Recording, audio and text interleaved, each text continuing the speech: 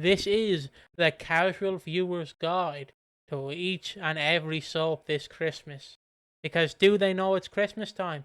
Next week does mark the Christmas week, and that means it's the biggest time in soap. But apart from their stunt weeks, but it's the second biggest time in soaps. Isn't that right, Ash? Yeah, I mean, as kind of suggested, this isn't just going to be about EastEnders. We're going to do EastEnders, then Hollyoaks, then Coronation Street, then Emmerdale. Obviously, Neighbours has already finished, and Home and Away is out on an island in Australia somewhere. And Fair City we do not mention. So, and also But East. Oh, yeah, it's gonna be a weird one because essentially the spoilers are just a bunch of images, so we're gonna have to add a bunch of context to everything. But it's just enough to know what's roughly gonna happen the Christmas week slash just the Christmas day. So yeah, um, hopefully you and guys enjoy. And I will just preference this by saying EastEnders we won't talk too much about. This will be mostly spoilers for EastEnders. EastEnders, since it is the main soap we cover on Watching Walford, because it's literally called Watching Walford.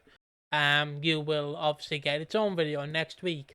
That should be out like the 22nd to the 23rd, roughly. Yeah. And you will, so we will vaguely talk about the build up of what's happening in EastEnders. But how this will work is I will obviously timestamp it. I'll go to Ash and go, what's been happening in this soap? Ash will say that. I will then read the spoilers and then we'll go back and forth. And Ash will say whether he's looking forward to it. And I'll just go, yeah, alright, yeah, pretty good. Yeah. And that's pretty much how it's going to work because I don't watch any other soap. I just thought this would be interesting to do. We did this Until Corriedale. until Corriedale, yes. And we did this briefly, and we did this not last year, but I believe we did this in 2023, but it was a bit different back then. I was just in the video, but Ash was running through everything, and I didn't really have my own setup. So now I have my own setup. I technically do this side of the channel. So yeah, up the production, I guess. So starting us off, and by the way, if I just muttered the timestamp, if you're wondering why I do that, it's because I'm trying to concentrate while also writing the timestamp down. So if you do hear me going, just know I'm writing the timestamp down, or you're just hearing my dad in the background doing a drive-by. So yeah. So without further ado, EastEnders. Now everyone loves EastEnders. Am I right? Am I right? So what's the main storyline going into EastEnders? Well, Ash. Again, I do this joke all the time, but I love doing the joke.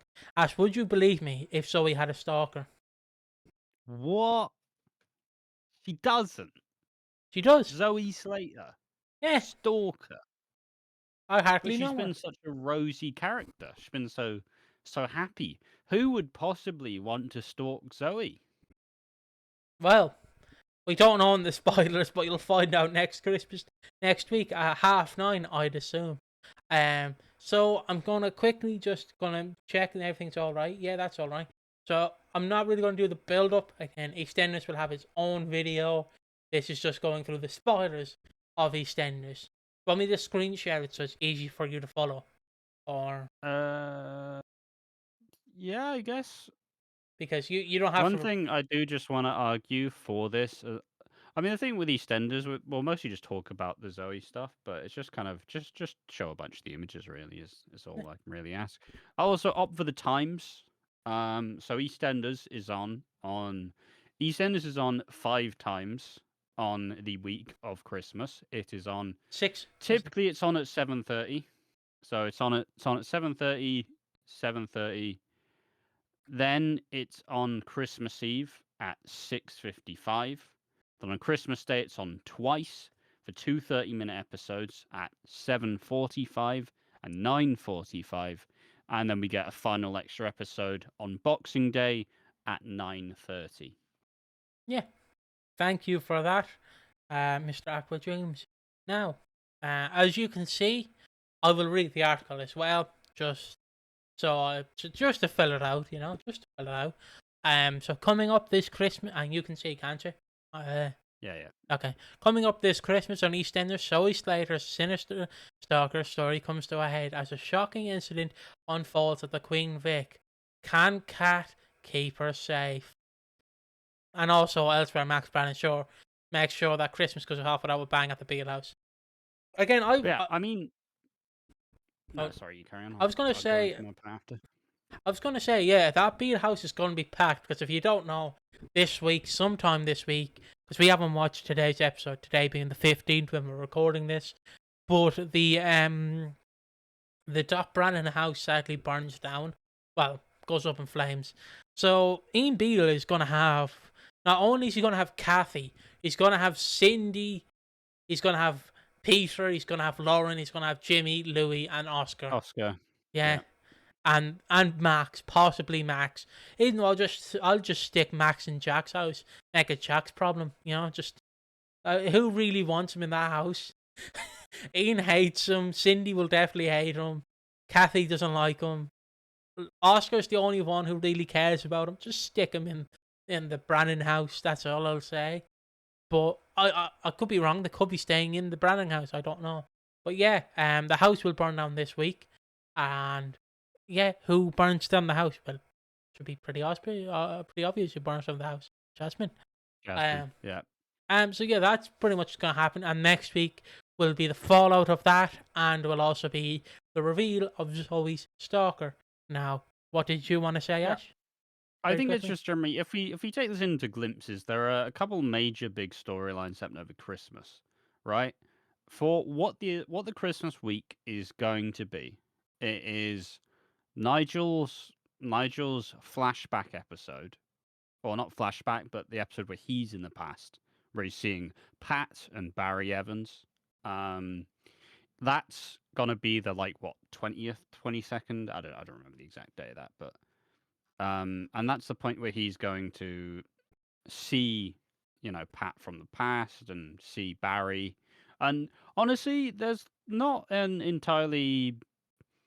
I could genuinely see a world where he sees Claire Bates when she was a kid, as such. Obviously, you can't do the same thing. It's been like 40 years, but you know, there's a chance he could see Claire at that age, as such, and that's how we get a version of Claire in EastEnders, because obviously Gemma Bissix is Claire Devine in Hollyoaks, but also she did have a bit of a break in her time in Hollyoaks. She hasn't actually been in Hollyoaks since October, so I don't know. Maybe. We're also going to see Max's big return, trying to be with his family, who he has consistently denied, disrespected, honestly, just basically abandoned for the last however long. We also get to see the payoffs of how is Cindy going to respond to Max?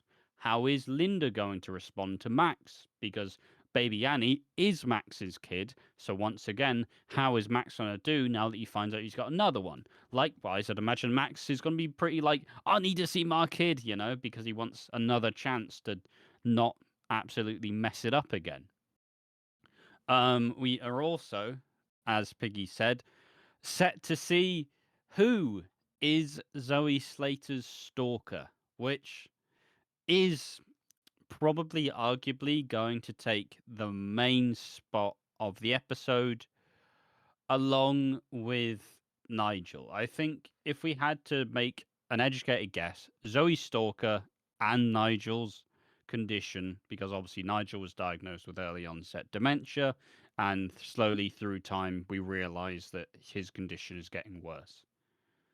And there was always that kind of footnote in the storyline where Phil told Nigel told Phil, and then this is going to get pretty dark, but he essentially says if it ever got really bad, he wants to go to a nice like seaside cottage, and he wants to end.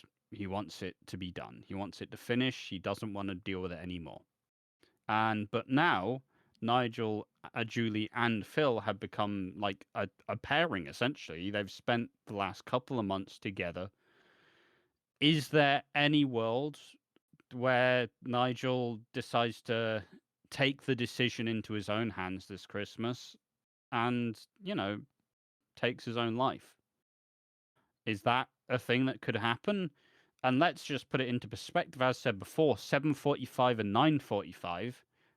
One of the episodes is beyond the watershed. Typically, when it's after the watershed, yeah, and if you don't know what the watershed is, it's essentially beyond, I believe, 9. You can then, it's mostly for advertising, where you can show a lot more, like you can show gambling adverts and stuff, but also in terms of shows, it's angled as the time that all the kiddies have gone to bed, so they're not going to be shocked by the stuff that they're going to see later on, because the kids shouldn't be seeing it. So usually someone dies, or something big happens, or there's a massive like kerfuffle. Like last Christmas, Cindy got whacked over the head with a shovel. The Christmas before that, we saw Nish get smashed over the head with a bottle, and then Keanu gets stabbed, essentially. So typically, the post watershed is reserved for something a little bit darker. So do we see Nigel possibly decide that his time on this planet is over? But also, I think we're going to see, hopefully, the end to the Zoe Slater stalker storyline. It looks like Sam is going to be the suspected stalker up till that point in time. It looks like Sam is going to take the main focus for the next, like, I don't know when this comes out, for the next week and for the Christmas week. But all in all, will that be the stalker? As for predictions, I personally think it's going to be Zoe's son who is the stalker. But yeah, I think those are pretty much all of the major storylines. Max's return, Nigel's flashback episode, and Nigel having a big center stage Christmas. And not to be a bit cynical, Nigel came back last Christmas. Most people in soap only ever sign on for a year. So, could be a bit too much expectations, but he signed on last Christmas. Maybe the contract's ending this year. It was going to be a 1-year story that they were going to tell, and then maybe he's not seen on screens for a while, or maybe he just leaves and goes off screen, and then obviously it will get the news later on that he's probably passed away.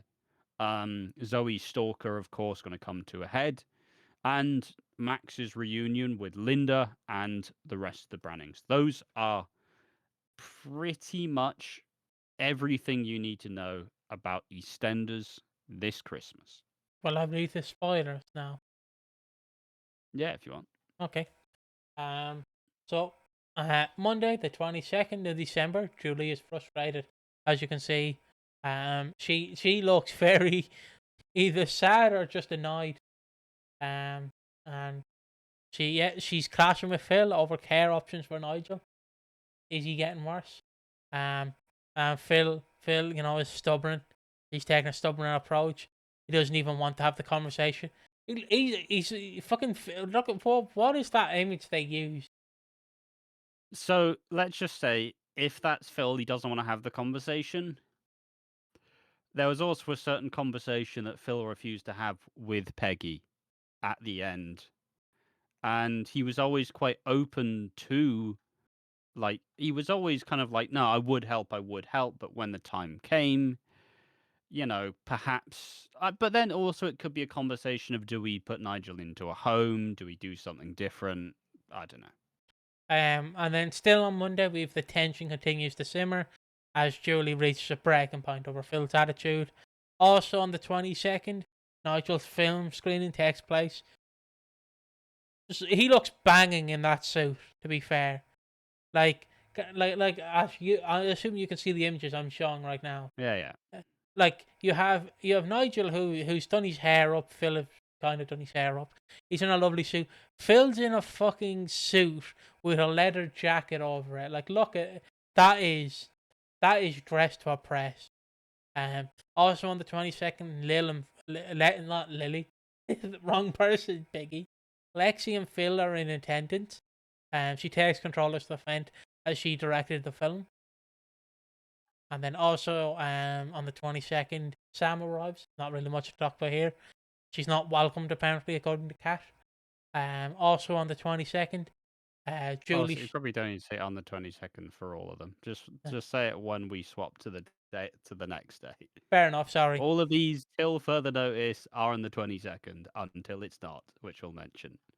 Julie shares some intriguing information. She tells Kat that Sam has been back in the country for months. Obviously, implying that she has been the stalker. Yeah. The pressure is on for Lexi. She's desperate for everything to go well. Nigel takes center stage. He looks beautiful here, Big Nige. But the spotlight causes him to notice a bruise on Julie's face. He realizes that he's responsible and flees. I mean, I Nigel, feel like you can imagine just uh, obviously Nigel probably not knowing what he had done because he probably would have been hidden from the truth if he did something that led to Julie getting a bruise on her face, and that realization kind of, I'd imagine it would make you go, oh, it's uh, maybe things aren't as rosy as they seem. Nigel seeks an escape. After witnessing more rows between Julie and Phil, he heads to the closed Queen Vic. Although there are people inside. What is going on? Nigel gets more than he bargained for. The unusual situation sets up a special episode later in the week. And I'm assuming the Duff of next Mondays is Nigel sees Pat. See, I'd like to say that, but I feel like I wouldn't be surprised if Max does. But also, It would be a Ben Wadey masterclass. look at Pat in that. She's She back. she hasn't aged a day over 60. Um. Oh, Max is at the center of drama again.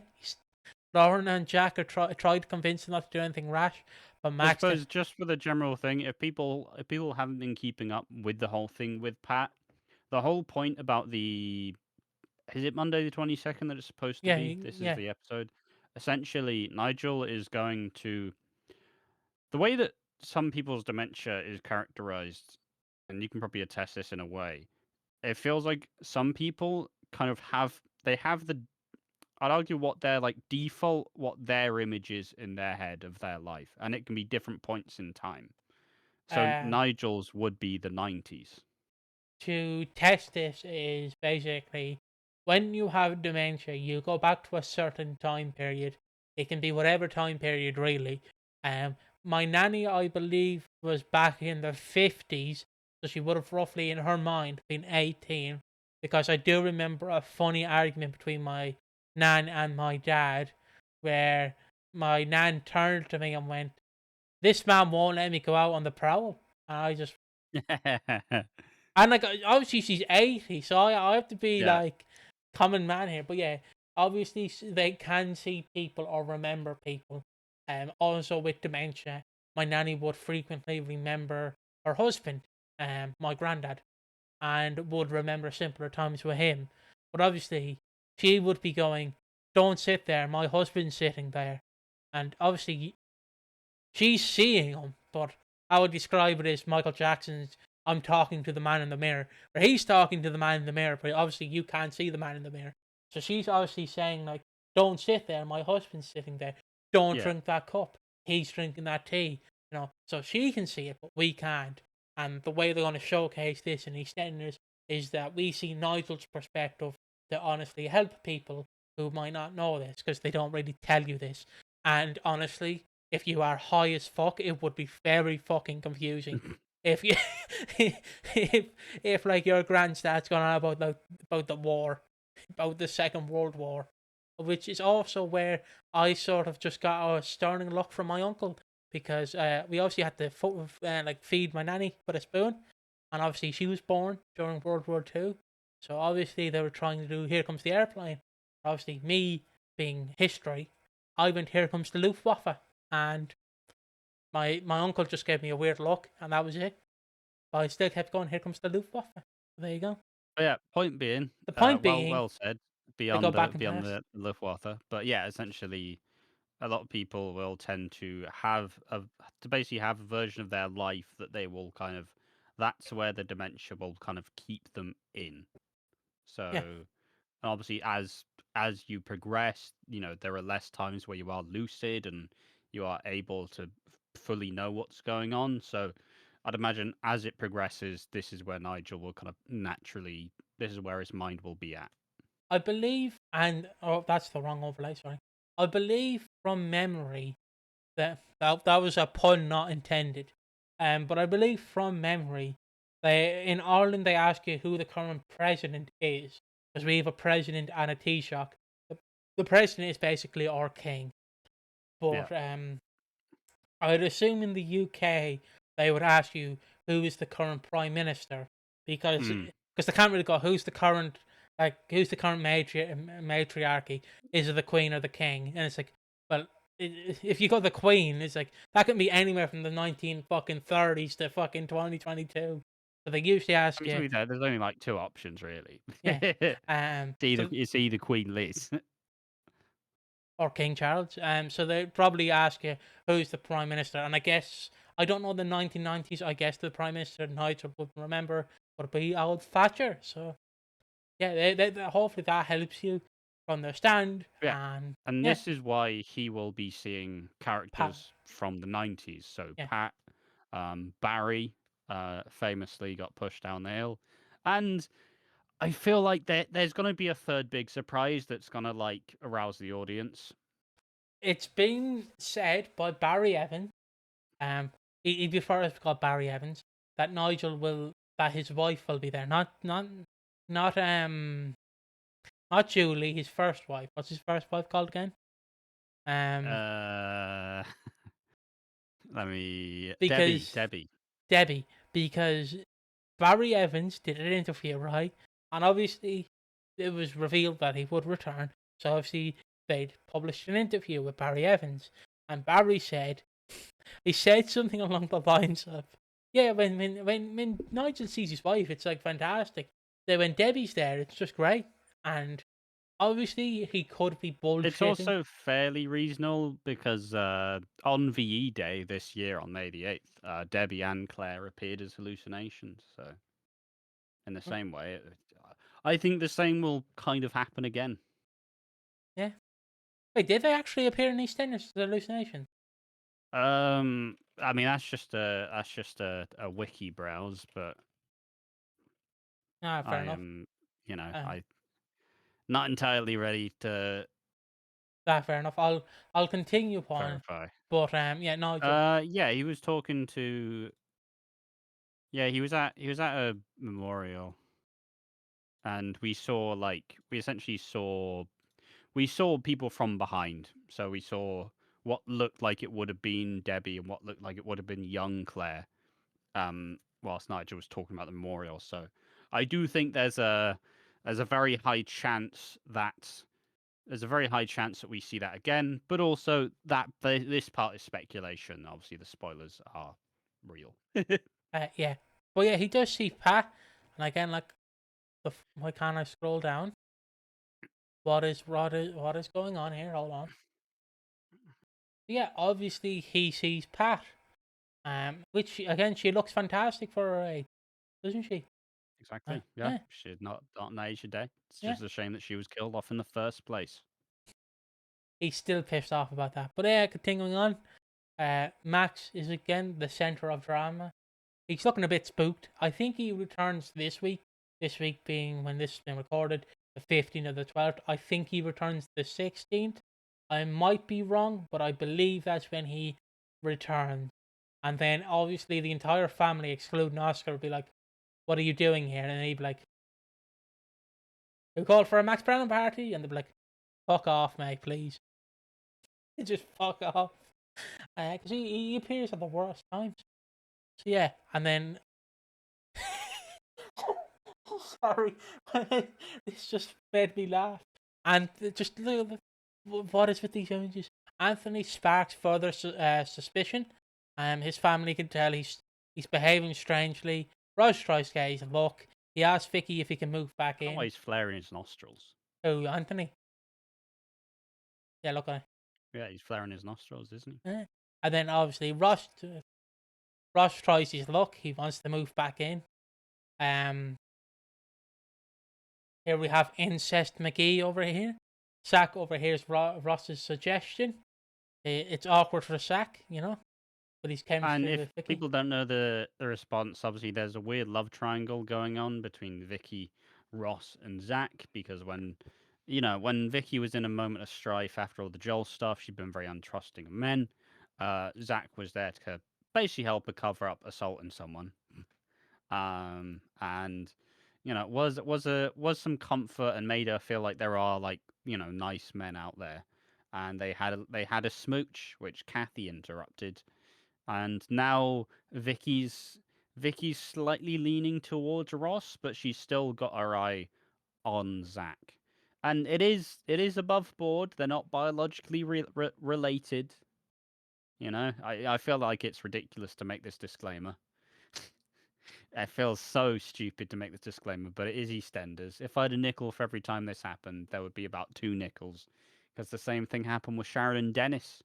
But no, Vicky is not biologically related to Sharon or Zach, but obviously Sharon and Vicky share the same dad, albeit Sharon was adopted by Den, and Zach obviously is Gavin's. So, Yeah. But but a continuing on. love triangle is brewing. Okay, now we move on to Nigel to the 23rd of December, where Nigel gets a where Nigel's strange Queen Vic visit continues. There's no real image for this. It's just the same Okay, one as so it previous. seems like the 23rd is going to be Nigel's like full flashback episode in a way. He sits down with Pat. Who knows if it's the full episode? I can't lie. It's probably just going to be a segment of the episode, but I imagine it will get a clear focus. He's sitting down with Pat, having a lovely discussion.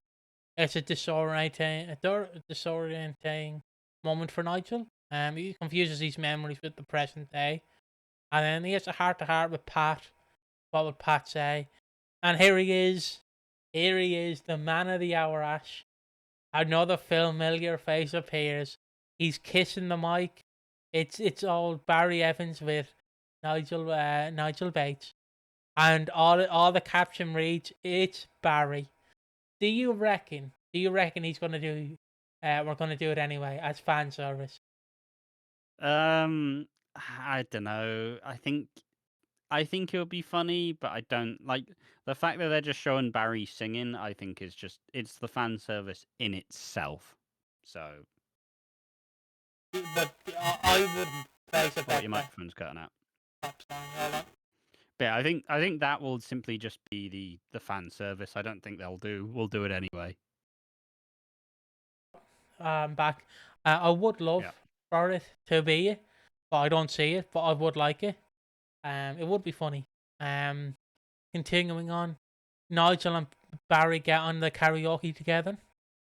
Obviously, you have Pat who's just stood there. Honestly, the way they've done this set, it does look like the 90s. Yeah. They even have the little telephone in the background.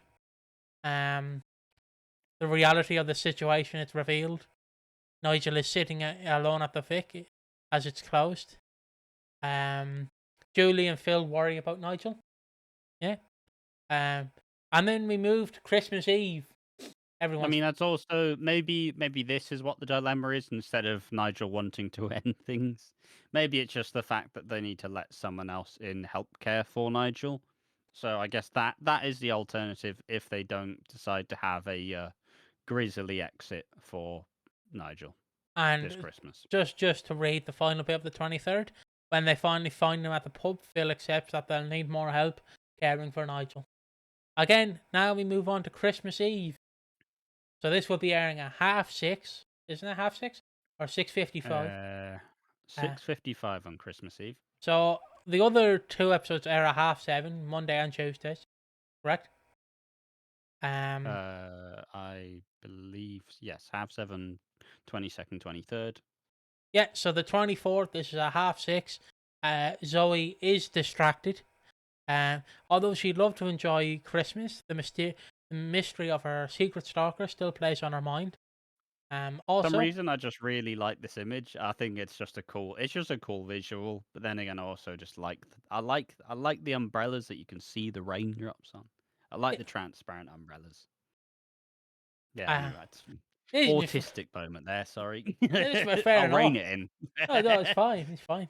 Ah, Well, it's just remember when you were a kid and in the pram and it's raining and they get that plastic sheet. It's like, yeah, I love I how get you to seal the rain without getting wet. I love how you made a rain pun because you said I'll rain it in as I shove the umbrella. Yeah. Also, Kat is rattled by the mystery. She wants Zoe and the rest of the family to have a great time. That doesn't seem likely. Kat and Alf. I mean, Zoe. I don't think Zoe's had a good 5 minutes since she's been back. Never mind a good day. Like, obviously, that it'll be ramped up on Christmas Day, and yeah, it's not going to be a good time for Zoe. Yeah. Back to the thing. Can Alfie talk? Can they find a way through? Then Sam pays a visit to the Vic. She wants to talk to Zack after discovering she has cancer. Um, Nice that they're actually addressing Zach and Sam because they did actually have a good friendship before she left. Kat catches Sam at the Vic, which I will never forget. And this comes out now. Obviously, I think this discussion piece that we did in the reactions of last Christmas comes out again on the 22nd or the 23rd. But we did discuss how like they do have a banging kitchen downstairs that they could use for the Christmas Day dinner, but obviously they can't. They don't. But yeah, I just wanted to mention that because look at the fucking cutlery they have there. She jumps to conclusions. Kat accuses Sam of being Zoe's stalker. Will Sam defend herself? The community gathers. Here you see not Defender, Vinny, and Denzel. Uh, Denzel. it's the Christmas Carol service. Yolande takes center stage. She's leading the service. Vicky and Zach cross paths, and yeah, as you can see, they're drinking coffee or tea or something. Zach still seems Probably interested. some mulled wine, let's be real. Yeah, Zach seems interested in Vicky. Um, Barney calls out Zach. Yep. The service continues. I mean, obviously, this is essentially the community-focused part of the Christmas. They always do this every year. It's always, hey, let's have a big community thing, so it gives all the extras who aren't really doing much else to do. By extras, I don't mean like Shrimpy, like Tracy, but like the Denzels, like Nugget, like all these characters who don't actually have a big story, like Chelsea. I mean, Shrimpy's there anyways, of course, but everybody who doesn't really have a big part. This is what they're gonna be doing this Christmas. And we see Lily, we see Chelsea, an extra, Strumpy, an extra, oh my god, it's Stacey Slater. And then an extra. And the community unites at this special time. Julie, Phil, and Sam rally around Nigel. And they're concerned about what happened yesterday. Is that the fucking turkey they're having on Christmas Day? That is fucking massive. Ash, you can see that, Yeah, right? Look behind it. yeah. Big bird. The latest update on Nigel is revealed. He doesn't remember what happened yesterday. Nigel's situation inspires Julie, Phil, and Sam. They have a heart to heart about family. I know it's Christmas Day. People are dying. Go fuck yourselves, to quote John Lennon in that one Christmas song. All right. It's just one of my favorite TikToks that comes up every Christmas. Yeah, it's Christmas Day at the Vic. The Slaters host a community Christmas event. Jean is among those in attendance. She's got some Christmas crackers. Is she back on better terms with her family? Zoe's is on tender hooks. Also notice Hmm? she has the key ring that we saw in the flashback, which is a key ring that she seemingly had from a bar in Ibiza, which obviously what everybody linked that to at the time. Obviously, she left to go to Spain, who also had a bar in Spain at the time. Obviously, it's Ronnie and Roxy, which is them bringing it back ahead of the flash forward. It's just dumb hope. It's dumb speculation, but also like Ibiza's very keenly linked to Ronnie and Roxy. And hey, it's nearly. I mean, look, if they do it in 2027, that is 20 years since Ronnie and Roxy initially arrived. So I don't know. I don't know, but I'm trying to not get too excited, but I'm definitely excited. Um, So yeah, she made a big discovery about last night. Zoe speaks to Kat. Kat's optimistic over the day ahead. The day has started off well for the Slaters. But this is EastEnders, so don't expect it to last for long. Then Kat becomes worried. Kat makes a big decision. Yeah, she kicks the punters out of the Vic to keep Zoe safe. Kat hopes she's done enough to protect Zoe. Yeah, and then the ongoing story is about to come to a head. I was gonna just say that gingerbread teddy on that sofa is fucking fantastic. I mean, yeah, true. The photos they have though as well are fucking beautiful as well. Like, that entire setup they have for the Christmas is beautiful. I know they got like a decorator in to like do it. I mean, yeah. But like whoever is doing the set designs for Christmas should get a pay raise.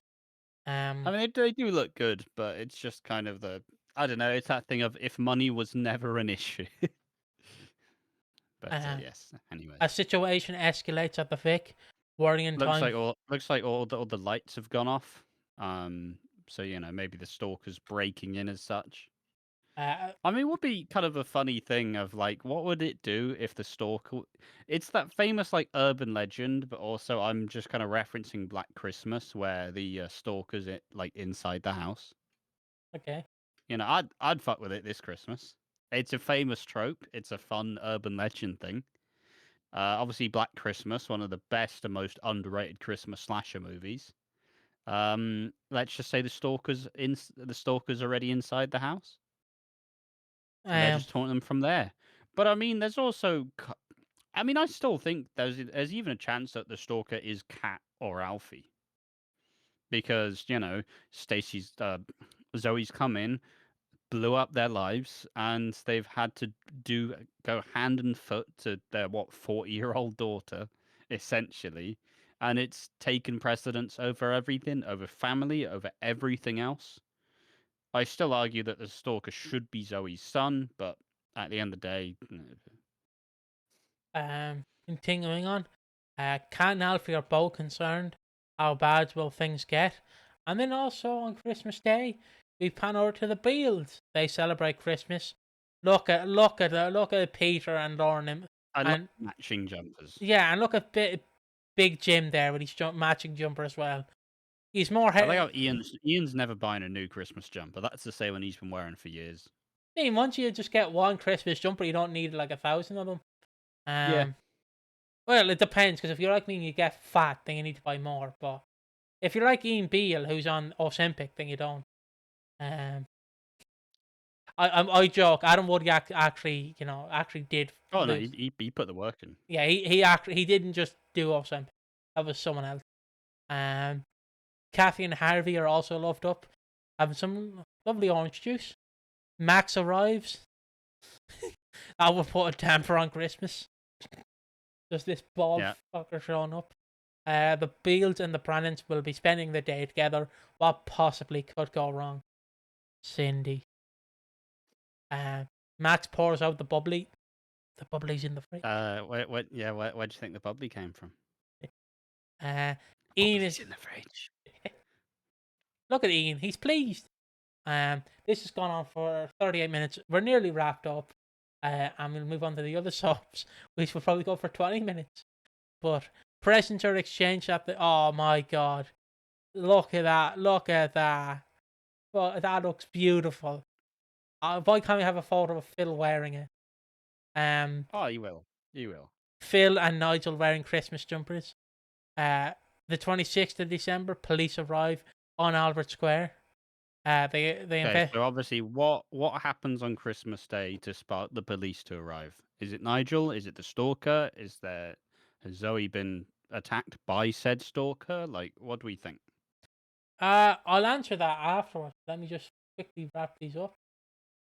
Ian is rattled. The police are everywhere. Peter tries to keep Ian calm. At least Cindy hasn't been attacked again. We hope. That's what the spoiler says. Celebrations continue at the Mitchells, and then you see Billy and the two kids, Sam and Nigel. No, I know it's Will, but I keep forgetting the girl's name, and also Honey's there.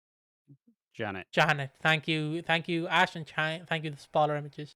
The family play a game together. Even Phil enjoys himself.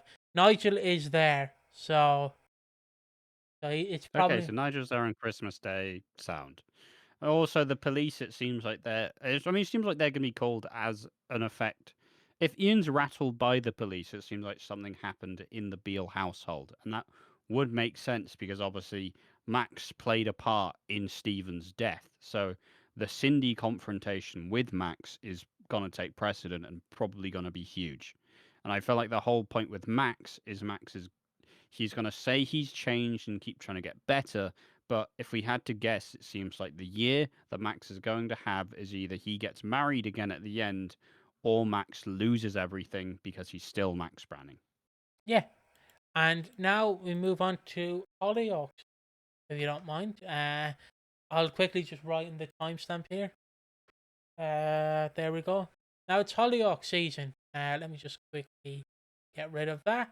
So So what's been happening in Hollyoaks, Hollyoaks? Hollyoaks is heading into a fairly unprecedented time because usually Hollyoaks, like last year, would release a good like 7, 8 episodes over the festive period. I think this year we only get 4. So obviously they're changing the format, so they're trying to focus on the 4 different major families. So we're gonna get the McQueens, the probably most famous Hollyoaks family, the Osborns, I assume the Hutchinsons and the Blakes. I would hazard a guess that's exactly where we're going to go. But I think it's going to be I mean, there are a lot of secrets really. There are a lot of feuds coming up, but I think it is probably easier to just look through the spoilers and add the context as and when. Yeah, But look, there's been a lot of secrets about, there's been a lot of untold truths, there's been a lot of, some blackmail, a lot of stuff that's been going on. We will see, let's see how the spoilers decide it's going to play out. so again, the spoilers reads coming up on Hollyoaks, 4 special episodes, focus on Christmas Day for 4 separate families. I don't know why I'm hitting the Fantastic Four pose of the 4 horsemen. With the festive drama playing out in the weeks commencing Monday the 22nd and Monday the 29th. Today, these are only going to take focus of the episodes airing on Monday the 22nd and the 23rd, which focus on the Hutchinsons and the McQueens respectively. That is not Lightning Oh, McQueen. and the Lomaxes Yeah. also, but forgot that bit. So it's Christmas. So this is obviously Monday the 22nd. So the next few images should be Monday the 22nd, unless it's different. It's Christmas time at the dog. So Diana and Tony take center stage as Diana tries to put on the perfect Christmas, feeling grateful that Tony is there to celebrate with the family following a difficult year. I will say Obviously, that Tony was shot. And the anniversary back in October, Tony was shot by Mercedes McQueen. And yeah, he's been having to recover and rehab ever since, whilst Diane has been working with new character Gemma in a way, Gemma Johnson in a way to try and get revenge on Mercedes, who is also still kind of trying to help Tony, because obviously Tony also got Mercedes pregnant, so but she did lose the baby. So yeah, and also Ant, their son, has kind of been getting a little bit obsessive with the kind of toxic masculinity culture. It's been showing a lot of angst, a lot of anger, and some problematic attitudes towards women. So, but yeah, I think final bit to just stress though, Hollyoaks is going to be on. I think it's only on 4 times within the next 2 like weeks essentially. So it's on Monday the 22nd and Tuesday the 23rd. Both a lot. I'd imagine both will probably get dropped early. Um, and then it's on the next Monday and Tuesday afterwards. So yeah. I will just to comment. I will say that Diane, I'm assuming that's Diane is the woman, yes, has a lovely banging Christmas jumper on with some tinsel, and Tony has a lovely Christmas jumper as well. That I would respectively wear both, but I'd assume the woman's clothing would not fit me. So yeah. Continuing on, there's trouble ahead for the family.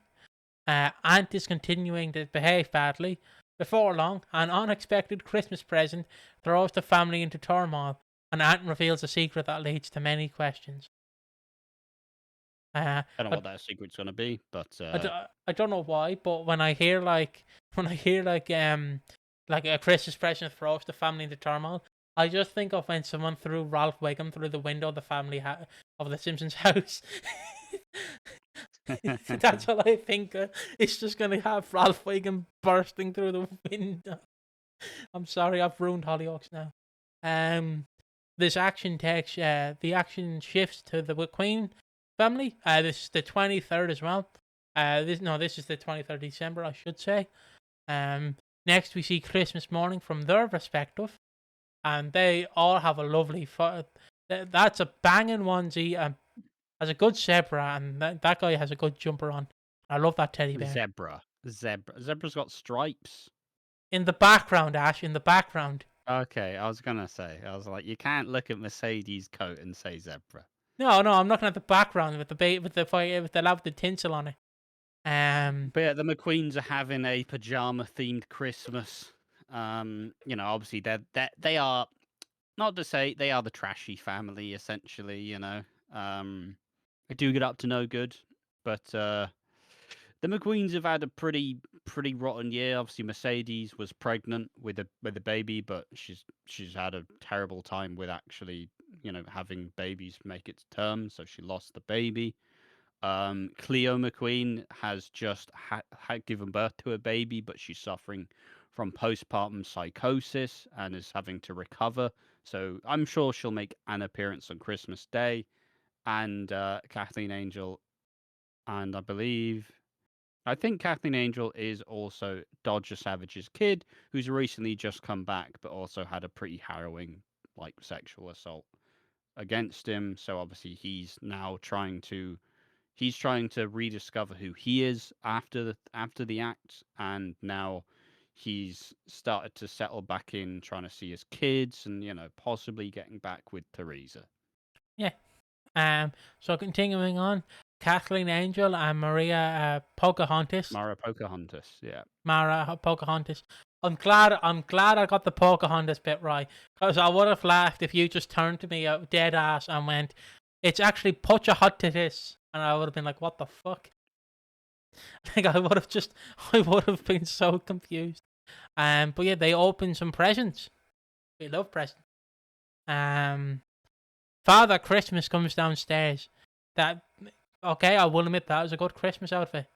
That's obviously Warren Fox, who has recently just gotten back with Mercedes McQueen after a pretty torrid year, but obviously neither Warren nor Mercedes understand that they're getting blackmailed essentially by Gemma Johnson, who has gotten Mercedes hooked on a bunch of prescription pills.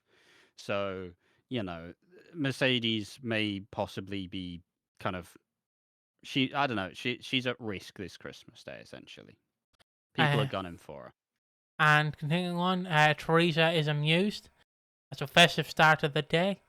Father Christmas hands out presents. Everyone in the McQueen family doesn't like Warren except for Mercedes. So now please correct me if I'm wrong. Is that baby like beside the girl? Like is that a baby or is that a doll? Like obviously there's a child there. So it's Warren Fox, and then it's the woman with the curly hair, like an actual person, or is it a doll? that looks like real hair. Yeah, okay. I don't know, man. Because I'm like I like both of this. I like how you have Warren Fox, then you have the woman, and then the two girls. Teresa, and then you have the two women. The kids all get but treats. I'd imagine the McQueens would be quite upset because it feels like Warren's trying to buy us. Yeah. Also, reiterate the fact all of this will likely be dropped on the 22nd because they don't really, they usually drop all the Christmas episodes as a box set as such, so you can just binge them at some point over the festive period. Yeah. The kids all get treats even if they don't look too happy about it. The man behind the beard is revealed. Just in case you couldn't guess, it's actually Jason Statham. No, it's Warren. It is Warren. Um, Warren is full of cheer. John Paul, Teresa, Warren, Mercedes, and Prince all celebrate. Yeah, so it seems like Sienna's not there, Cleo's not there. They're likely at the hospital. Mercedes is struggling. John Paul seems to be thriving a little bit. Not sure where Myra is. Myra isn't there for some reason, but yeah, I don't know. And Prince has had a bit of a torrid time on his own. So basically, all the McQueens are struggling, really. Yeah. Oh yeah, that's Gabriella Maria and the other twin that has a dumb name. Mercedes twins that she Um, had with two men. yeah, That but happened. but not everyone is in the right frame of mind for this special occasion. Um, John Paul and Teresa focus on the kids. Okay, so that is a real child. I thought one Yeah. of them was a doll. I'm sorry. But yeah, Mercedes' young daughters are a center of attention. Warren speaks to Mercedes. Mercedes is still addicted to prescription anxiety pills and is struggling to face the day without them. Warren is annoyed with Mercedes. Mercedes has forgotten to wear a matching elf costume, ruining one of the planned surprises for today. That's a banging bat rub, I will say. Just to also comment on it, because obviously I don't watch this, so I like to comment on the costumes. I just think it's a banging costume. Mercedes is soon distracted away from Warren, and she spots Gemma outside. She looks over the fence and asks for more pills.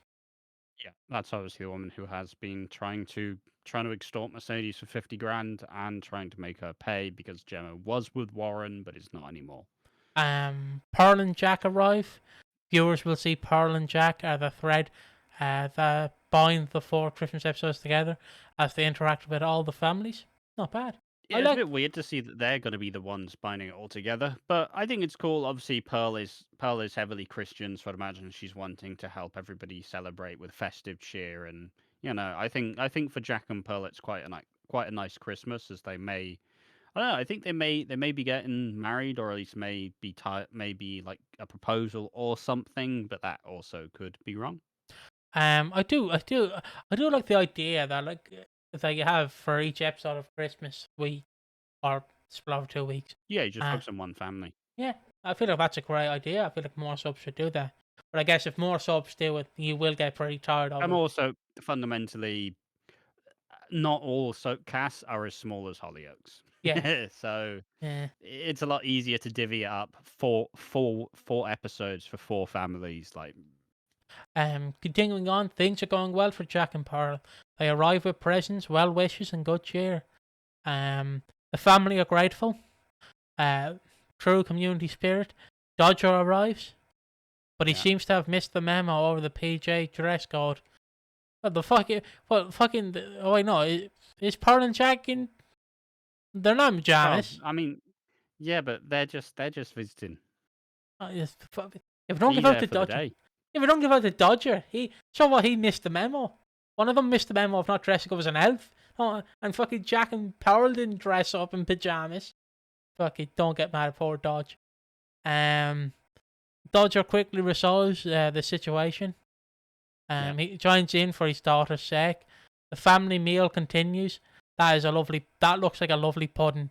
But knowing like how soaps are recorded, they had to light that pudding like 4 times.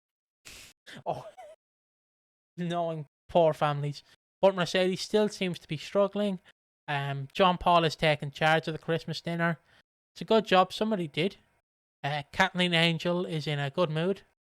The kids are shielded from the drama surrounding the day. Myra Pocahontas is pleased to have her dad Dodger present. Not present. Dodger is part of the celebration, which is appreciated by a giddy Teresa too. The pressure is on from us. obviously, Dodger's been AWOL and hasn't actually been a good dad and hasn't really been on the scene for ages. So yeah, it's nice that they're finally fucking. It's nice that they are finally. He's finally there. He can finally actually be Kathleen Angel's dad. The pressure is on for Mercedes. Oh, Mara Pocahontas. Mara Pocahontas. I don't Uh, know. can she plow through for the sake of her family? And then the Probably last helps one, Mercedes. Wouldn't be Christmas without it. and then the final spoiler we have is there's a positive turn of events for Teresa. Why has Warren got out of his fucking Santa costume? I'm upset. He should have been in the Santa costume fully for the You entire can't episode. eat in a Santa costume. I can. Yeah, but you Um, get it all down your beard. I don't. My beard's not with me today, sadly. Don't miss, due to the early spoiler releases in the run up to Christmas, the next Hollyoaks spoiler gallery on Digital Spy will go up on Wednesday the 10th. Just so if people So it are curious. theoretically is out, but Yeah. we haven't found it ahead of time. So do. Well. If you find it, I can include it if you want me to. Let me just scroll down here. Just scroll down. Not. Well, it looks like Coronation Street is next. Unless you find it. I don't know. I'll just pause very quickly. I think We are back. When I read out that, I forgot it was the 15th of December and not the 10th. So I don't know why I read that out, like we couldn't find the thing, but we found it. So we're going to read it. The next bunch of spoilers. This is the next 20 spoiler images. And if you have any backstory, obviously give it now. Unless you just want me to read the spoilers, then I will. just read the spoilers. It's more of the same, really. Alright. It's just it's more build. It's Christmas Day. Can you please pronounce that name for me so I know how to say it? Mizpah. Mizpah, okay. Mizpah. It's Christmas Day at the Mizpah's house. She spends the day with Donnie, Dylan, Gemma, and Vicky. I'm assuming that's Gemma. I can't wait to be told it's Gemma. No, it's Gemma. Obviously, this is a recent family. There's been a lot of trouble. Dylan in the stripy, suspiciously trans-looking jumper, trans flag. I mean, that's my point. He has broken up with his boyfriend Lucas, who's in a popular gay ship. But obviously, Lucas has been doing some not so savoury things that we'll get into. Gemma in the middle with the space buns tinsel thing. She has recently been found out as she is Donnie's daughter. Obviously, she was a character. Donnie was in Brookside as Mick Johnson, but had to fake his own death and is now Donnie Clark. And he's recently come to terms with the fact that she's come to terms with the fact that he's still alive, and it's their first Christmas together. And then Vicky on the right with the little Santa hat is, I don't even know what she's not really been doing anything, I can't lie. And Donnie and Mizpah have been having their own marriage troubles because Donnie murdered the man who assaulted Dodger, and I think, although it was kind of weird, it was kind of weirdly implied. It is also implied that the same thing that happened to Dodger also happened to Donnie. So he's now having something of a, he's feeling like less of a man as such, and that's probably going to boil over on Christmas Day between that and the guilt of killing a man. I love the difference in tone between EastEnders and Hollyoaks. Just to put that out there, you know? And also, I forgot to say this takes place on the 29th of December. Continuing on, Vicky takes a selfie. Yeah, not really much I can add to that.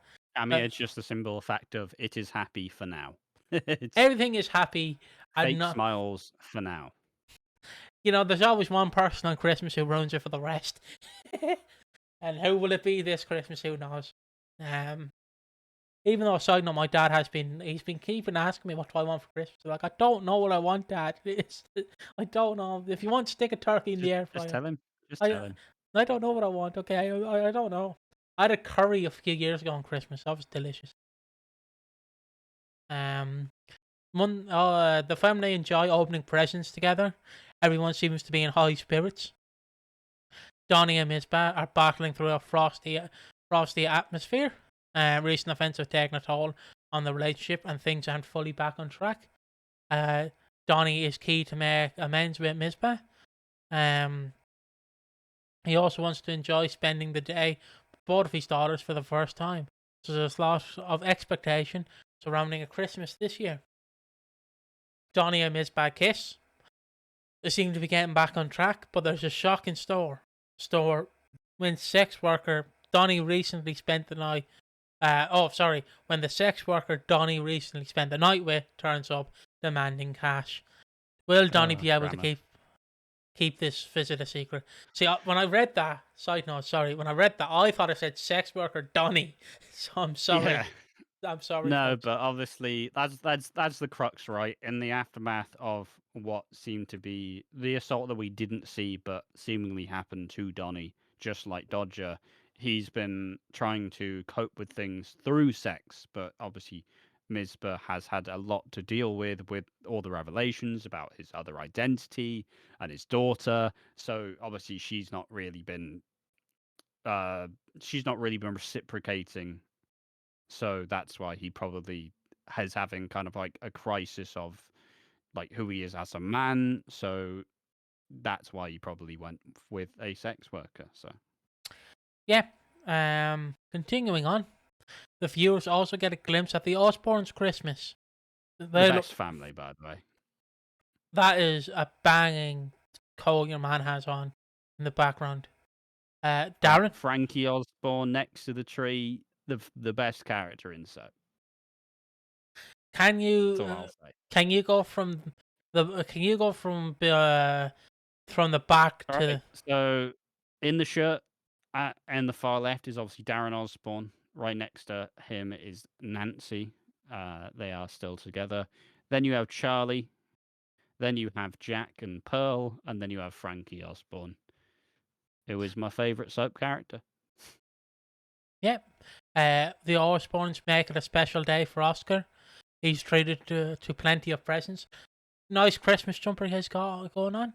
Jack is appearing in each of these Hollyoaks 4 Christmas episodes this year. The episodes see Jack and Pearl making their way around different houses, handing out presents, spreading the festive cheer. I mean, Uh, obviously, this Christmas for the Osbornes is going to be a little bit weird because, I mean, with Frankie's backstory is quite tragic. You know, she had a twin brother, but they did a storyline where said twin brother was sexually abusing her, and therefore a lot of this year's kind of been about processing a lot of the grief and a lot of the like post trauma and trying to understand how to move forward. But she recently kind of got with a new, slightly older guy where she essentially said, I I wouldn't care if he died. And I like if I could do anything. And then suddenly this kind of bad boy suddenly JJ has seemingly died. So now the family is still kind of grieving, or at least Darren is still grieving his son, even with what the son was doing to Frankie. So there's a lot of mixed emotions, but also Sully's a bad boy, and it seems like an all in all shit person. So yeah. will he show up on Christmas and ruin the lovely positive day? Um, Jack and Pearl dance together at the Osborne house. They sway to Sinatra. Sinatra was singing. Boys, they were singing. Yeah, I don't know. The Fairy Tale in New York song next to the Christmas Yeah, yeah. tree. Jack I mean, couldn't. that's not Fairy Tale New York, but No, it's not Fairy Tale in New York, but it has the lyrics Sinatra was yeah, swaying. yeah, yeah, yeah. Yeah. Jack couldn't be happier. The festive episodes includes Jack's plans to propose to Pearl, but everything goes according to plan. Um, Pearl and Jack embrace. Let's hope one couple can stay happy. Pearl and Jack pose next to the Christmas tree.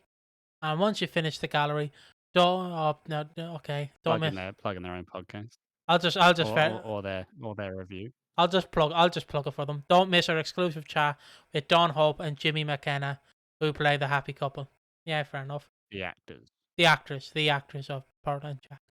And then on the 30th of December, the focus shifts again for the final episode of this Christmas fortnight. Not the game. Now, obviously, the key important detail about this is obviously this family's been struggling. Steve, right next to the tree with a cheeky little grin on his face, has obviously had a pretty rough year. He went from losing his husband and then was in a coma. I said at the time, it was last year. I don't even remember. So much shit's happened this year to Steve. But what's important this Christmas is his son, all the way on the right with the curly hair, has been and has been abusing him. He has been beating him up, and because Lucas, the son, has a criminal record, Steve has kind of been taking the brunt and basically trying to protect him in a way that he can. But obviously, Lucas's progressively violent behavior has been kind of wrecking the family. It's why Dylan earlier. It's why they split up. But also, Steve has both been with Rex, his love interest, and Dylan. Don't question it. Don't question why Steve's sleeping with his son's ex-boyfriend. Don't think about it. But it's been happening, and obviously they're going to be trying to put on the brave faces and probably not else the truth that is Lucas has been beating up Steve. And I suppose Leela in the middle. This is the first Christmas without Perry, who died in the anniversary, and also she's by herself, and she but is trying to make the kids who I've forgotten who his Daniel. name is, trying to make Daniel's Christmas special. So it's a much smaller Christmas for the Lomaxes, but yeah. So that's what's going to be driving a bunch of the attention there. It's how will Steve and Lucas kind of navigate a pretty rough Christmas. Steve and Leela hand out presents. Yeah, the family tries to put on a united front after a difficult time. It's a festive miracle to have Steve and Leela back on good terms, and they're pulling The a reason why they weren't on good terms was because obviously Leela believed Lucas, who has been lying and manipulating everyone, saying that he's been the one who's been getting hit, when obviously it's the opposite. So Leela took Lucas's side because why would Steve is an addict and he's got his own issues. So me versus you, who are they gonna believe? I do like them pulling the Christmas cracker. That's nice.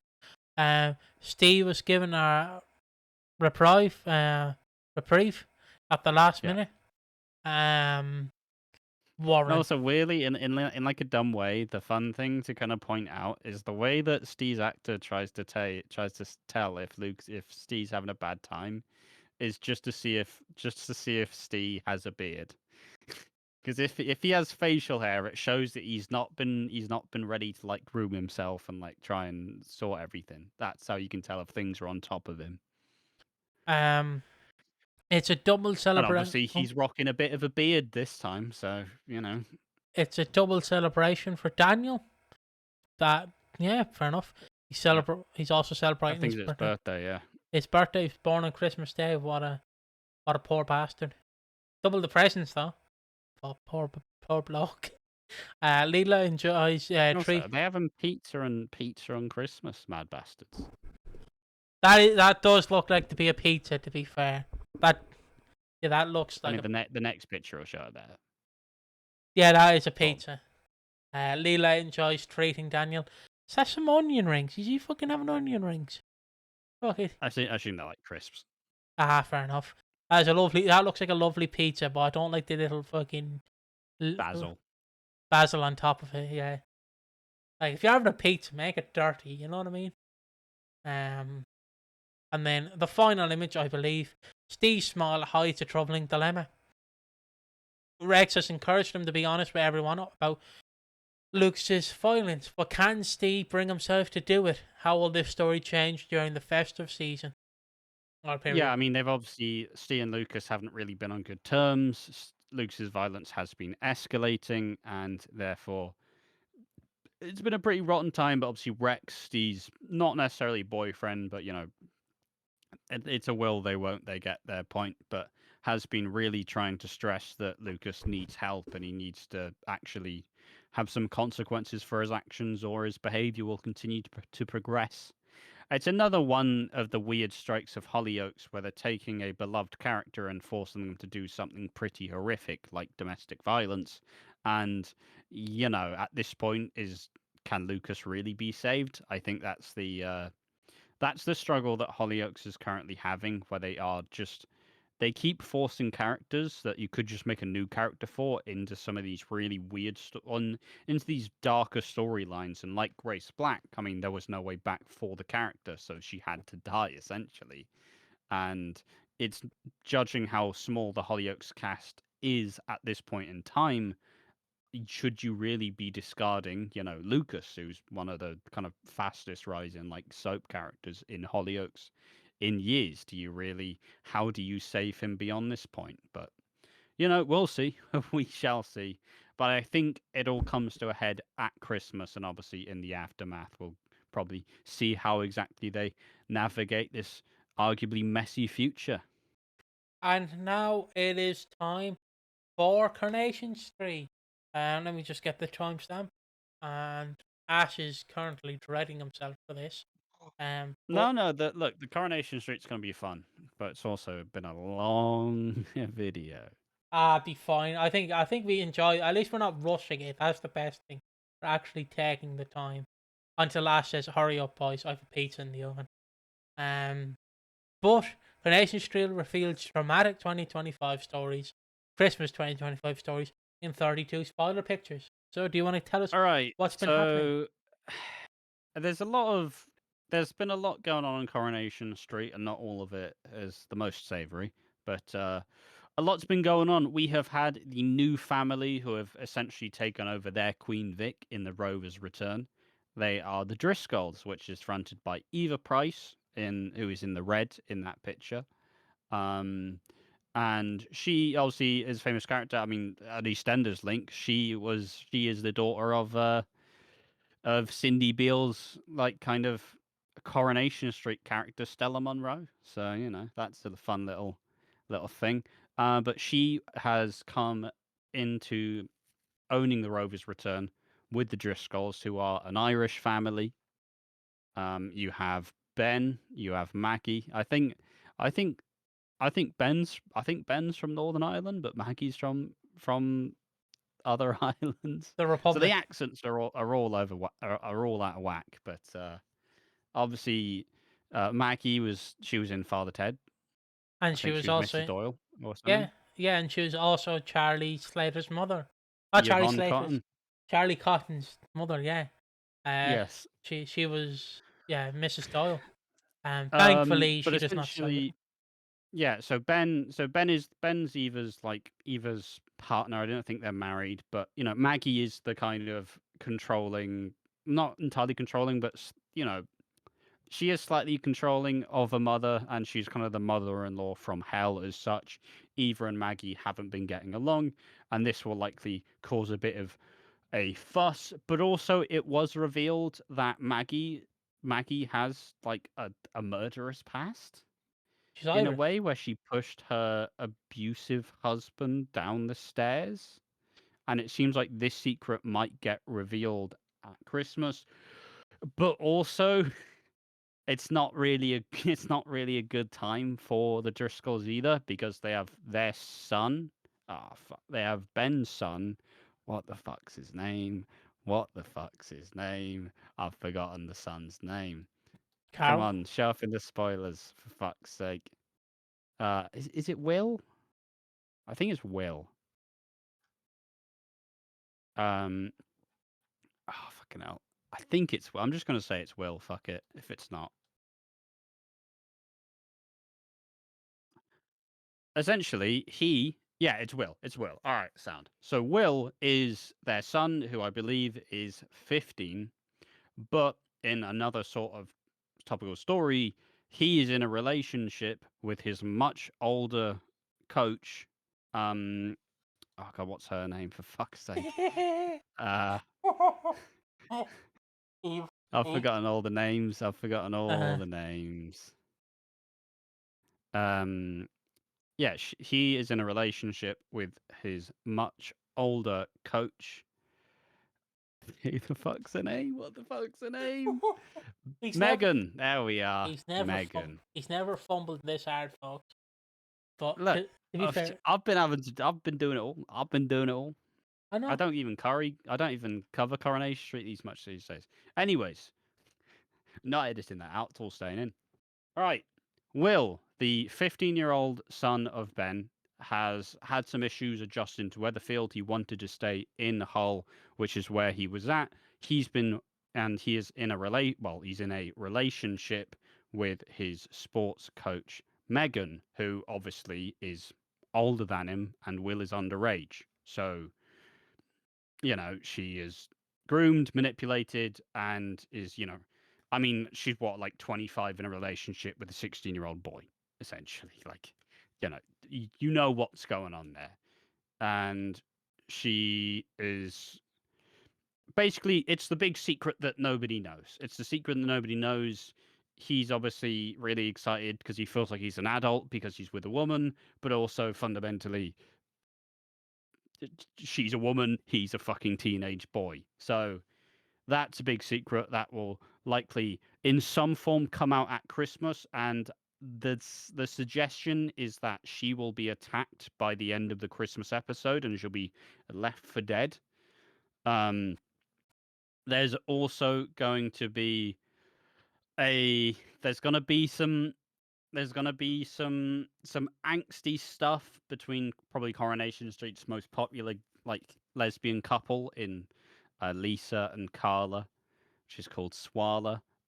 They brought back Lisa's dead wife from the grave that we didn't see on screen before. So they brought her back from the dead, despite nobody actually knowing who the fuck this character is, which raised some eyebrows.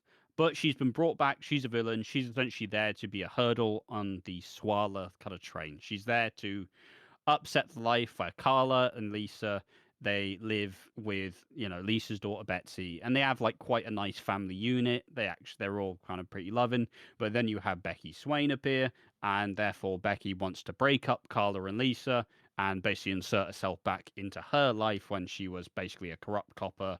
And she's just been an out and out villain. The person who she colluded with to fake her own death, D.I. Costello, has been hospitalized by, her hand essentially. And it's just about seeing, will this basically how will Becky go? Because obviously Becky's just a hurdle in the little Swala journey as such.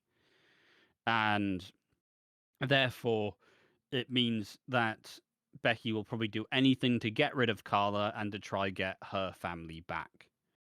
Yeah. Um, So I'll read the spoilers then, will I? Unless you have I, anything else. I think generally another point is also going to be a very Platt-heavy Christmas, because we're going to have David Platt, who's obviously you remember for the coffin video where he does the Uh, fucking... I also remember him because Dirk and Sky, who are a comedic duo on Instagram / TikTok, do stereotype soap things. So they'd have like a tennis racket, and I'd be like, "No, Darren, don't hit me!" And obviously it'd be like the fakest hit possible. But they obviously had David Platt be fucking one of the guys like sons, Terry's kid in it, which is what I know him from, because they actually went to the set of the Rovers, which was, or whatever it's called, Yeah, which I know him from. Yeah, I like David Platt. I think he's good. I watched some scenes of him it's now and funny. then. Yeah. Yeah. But obviously him and Shona, his wife, have been... they weren't really trying to have a baby, but they've conceived a baby. But they had some pretty shocking news that I think the baby has a tumor, and therefore it'll be, you know, if you continue with the pregnancy, it'll put Shona's life at risk, but also the baby is also at risk. So it's been a big combative topic as to, whether to keep... Shona wants to keep the baby, and it's just like, we're having a girl, or I don't remember, a boy, I don't remember which, but she is trying to run full steam ahead, whilst David is like, look, I don't want to risk losing you. And it's kind of been that was where the relatively famous kind of almost peep show-esque episode, but played fully straight, where you had both Shona and David's inner monologue of what they were thinking and doing, but it was just tonally really, really weird. I just Yeah, I think that's the kind of crux of what's going to happen this Christmas. So the Driscolls are going to have a big collapse where Maggie is probably going to not swing for either, but there's going to be a big bit, a big like standoff. Uh, Will's coach and abuser, essentially, and Megan is going to be left for dead as someone's going to find out the truth. Um, and yeah, Becky Swain is probably going to live it up for one last Christmas, possibly before the Corriedale episode, where she may possibly even die. Which we're There's covering. also probably going to be some stuff with Theo and Todd, who it's another gay couple, but this time it's a couple who have been struggling. Theo he is a domestic abuser, and through the I know it's all sunshine and roses in Coronation Street. It's um, but he's been controlling and manipulative, and it's escalated to violence, um, and just a lot of coercion. But it seems like Todd's put a camera in the flat and is finally, hopefully, going to kind of reach out and get the help he needs. But also, quite like in a lot of domestic situations, um, it's been very manipulative, and I assume it will probably go on way longer than it probably way longer than it would for the audience's sake, but kind of a normal amount of time for any sort of situation like this, where obviously it's increasingly hard to ever escape an abuser because at some point they view you as theirs, and they will do anything to keep hold of it and keep hold of how they feel. So like even when you hear people making all the comments like, "Oh, why does he not just leave?" and It's very hard. it's like in this situation, Todd has he's no longer working, so he doesn't have any money. So he's financially reliant on Theo. They have a flat together, which they both technically have. Theo bought him a car. So like, and also Todd has been isolated from his family dramatically. So, where does he go essentially? Where does he go when it all goes bad? But yeah, I think that's what I can imagine. But I'm sure the spoilers will fill in the blanks. Yep. All sunshines and roses on the Rovers. Um. Yes. So on Monday the 22nd, Carl receives an unexpected phone call. If this is Carl, the main guy who's holding the phone, which I'm assuming it is, Yes. because why would it be the guy in the background? He has a fantastic hat, I will say. When he answers, his Oh, and face. um, Okay. also we're likely going to see a bit more about Debbie, who Debbie was also in this year diagnosed with early onset dementia, and I don't know if there's a chance of a Christmas wedding, but that could also be a bit bollocks. I don't know.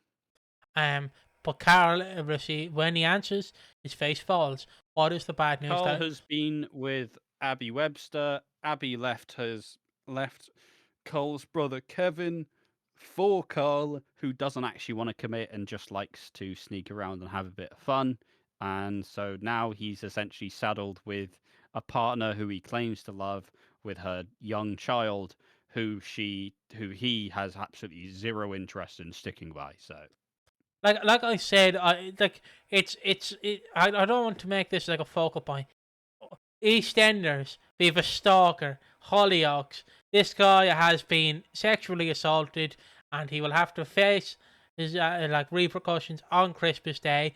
And also, this guy is being hit by his father. And then on Coronation Street, it's like this woman has killed a man and shit. Like, what is going on?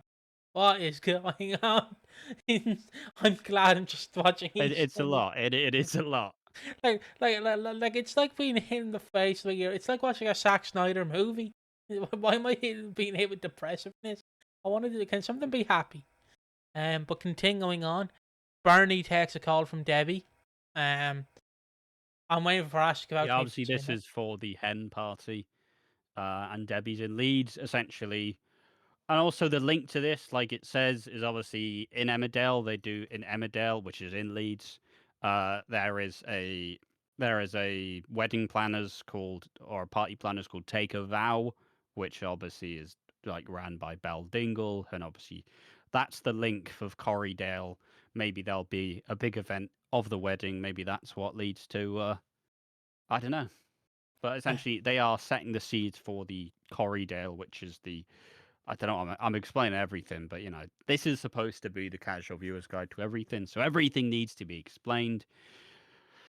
Um, is it what? Is it Monday? The Monday 5th the of January, 5th of January.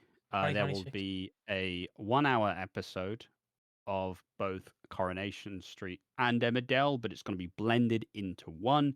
Seems like there's going to be a big car crash pile up, and suddenly they're all going to be together, and there's possibly a big death. But it's essentially it's a way for ITV to adjust to a new schedule where it's going to be 5 episodes a week, but it's only 30 minutes, as opposed to 3 episodes a week, which is 60 minutes. So there's half an hour less, and it's going to be, I believe it's going to be like 7:30. It's going to be from 7 to 8 essentially, and it's being dubbed as this soap power hour. But the coolest bit about the Corriedale thing is it now means that both Coronation Street and Emmerdale are happening in the same universe.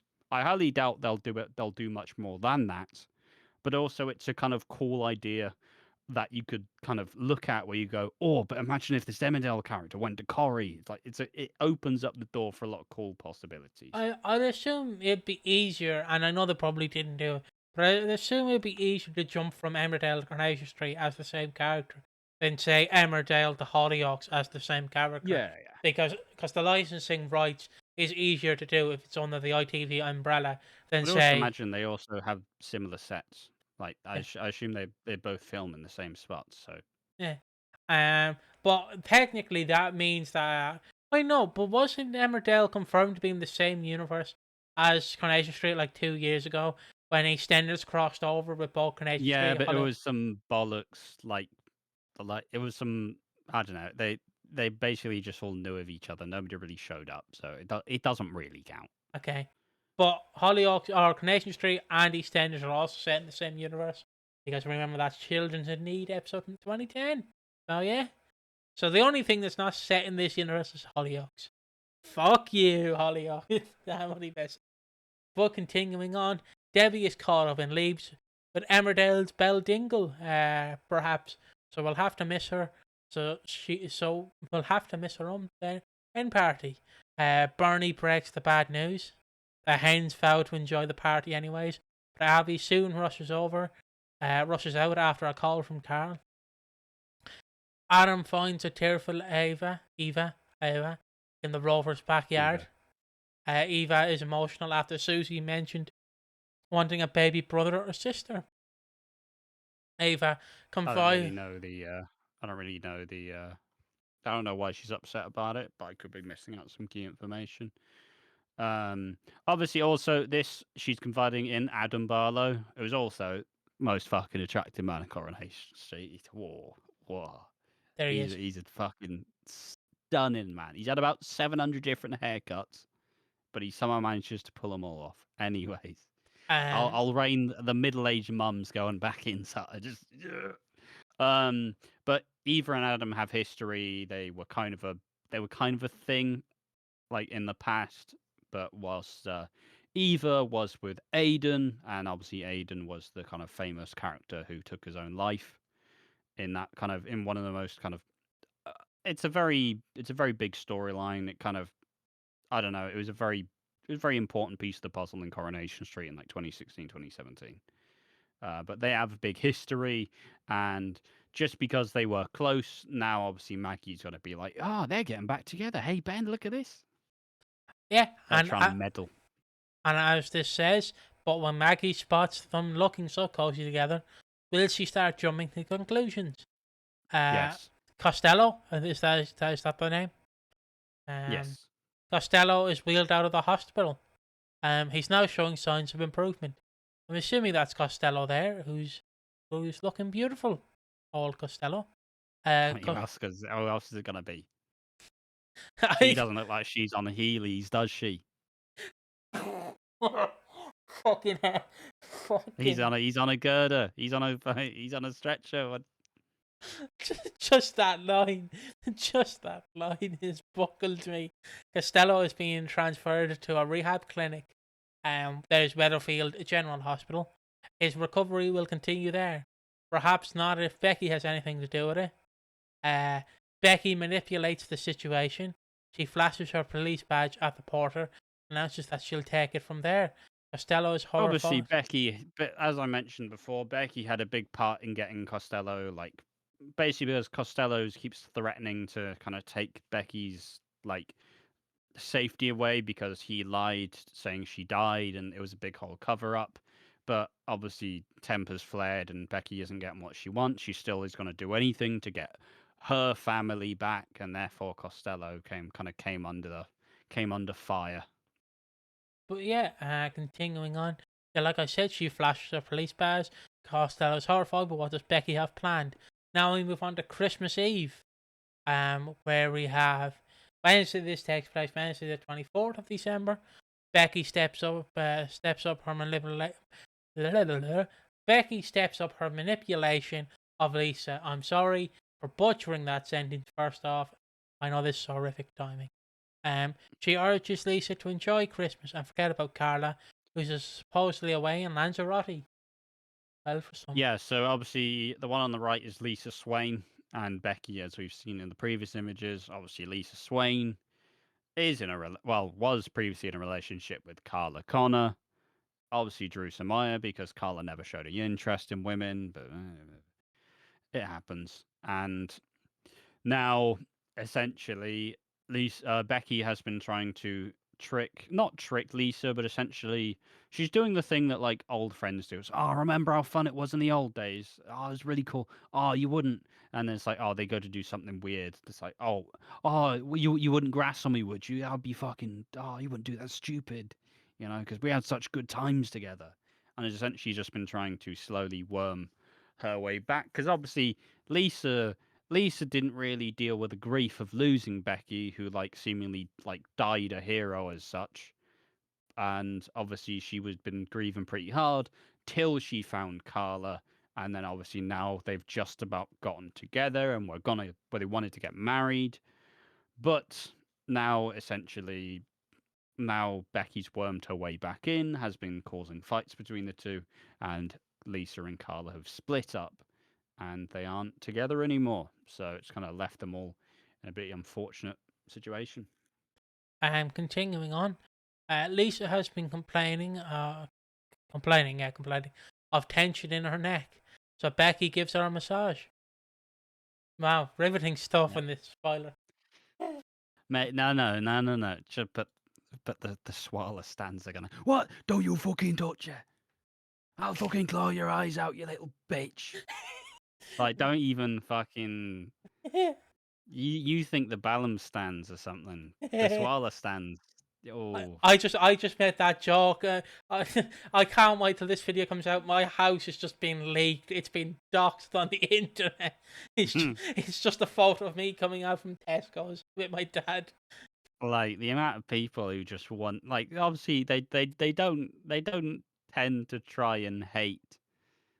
They don't tend to like hate on the actors, but yeah, you Um, like it's that kind of, obviously there are real reasons as to why to hate Becky Swain, because she has been a massive bitch, but fundamentally, yeah, the stands absolutely hate her. uh, oh no. Becky takes things further. She starts to kiss Lisa on the back of her neck. How will Lisa respond? You fucking get your hands off her. I don't know why you've turned this. Also, I'd say this. I'm not like. Yeah, sure. I'm kind of mocking the fact. Like, obviously, I just to fully say, I'll always respect and appreciate LGBTQIA plus representation, especially in soaps. It is really important to have these characters because for most people, it becomes normal, and most people don't even think twice. It's a really good way to kind of, have queer couples be seen. And obviously, I'm a part of the Alphabet Club too, so it's just I make all the jokes, but fundamentally, it is always important. It's just I'm never nearly as invested as a lot of the stands are, so that's always a funny angle to take. But I mean, I don't know. There's just always they love the angst, they love the tragedy, but fundamentally, don't you dare split those characters up because people will never forget it. Also known as Balam stands. Yep. Continuing on. Adam has been giving Eva, I think he said it was Eva, some advice. Yes. Um, Oh, I pronounce it as Ava because I'm Irish. I don't know. After the heart to heart, he suggested she should write down her feelings in the form of a letter. Aww. Um, Isla enters. Um, Ayla? Alia. Alia. Ali, thank you. Alia enters. She shoves a jewelry box in Eva's direction and asks her to hide it as Alia's Christmas present. Alia's Christmas present. Alia. Alia. Um. Oh my God! There's Mrs. Style. Maggie watches as Eva hides the box. I want Yeah. that.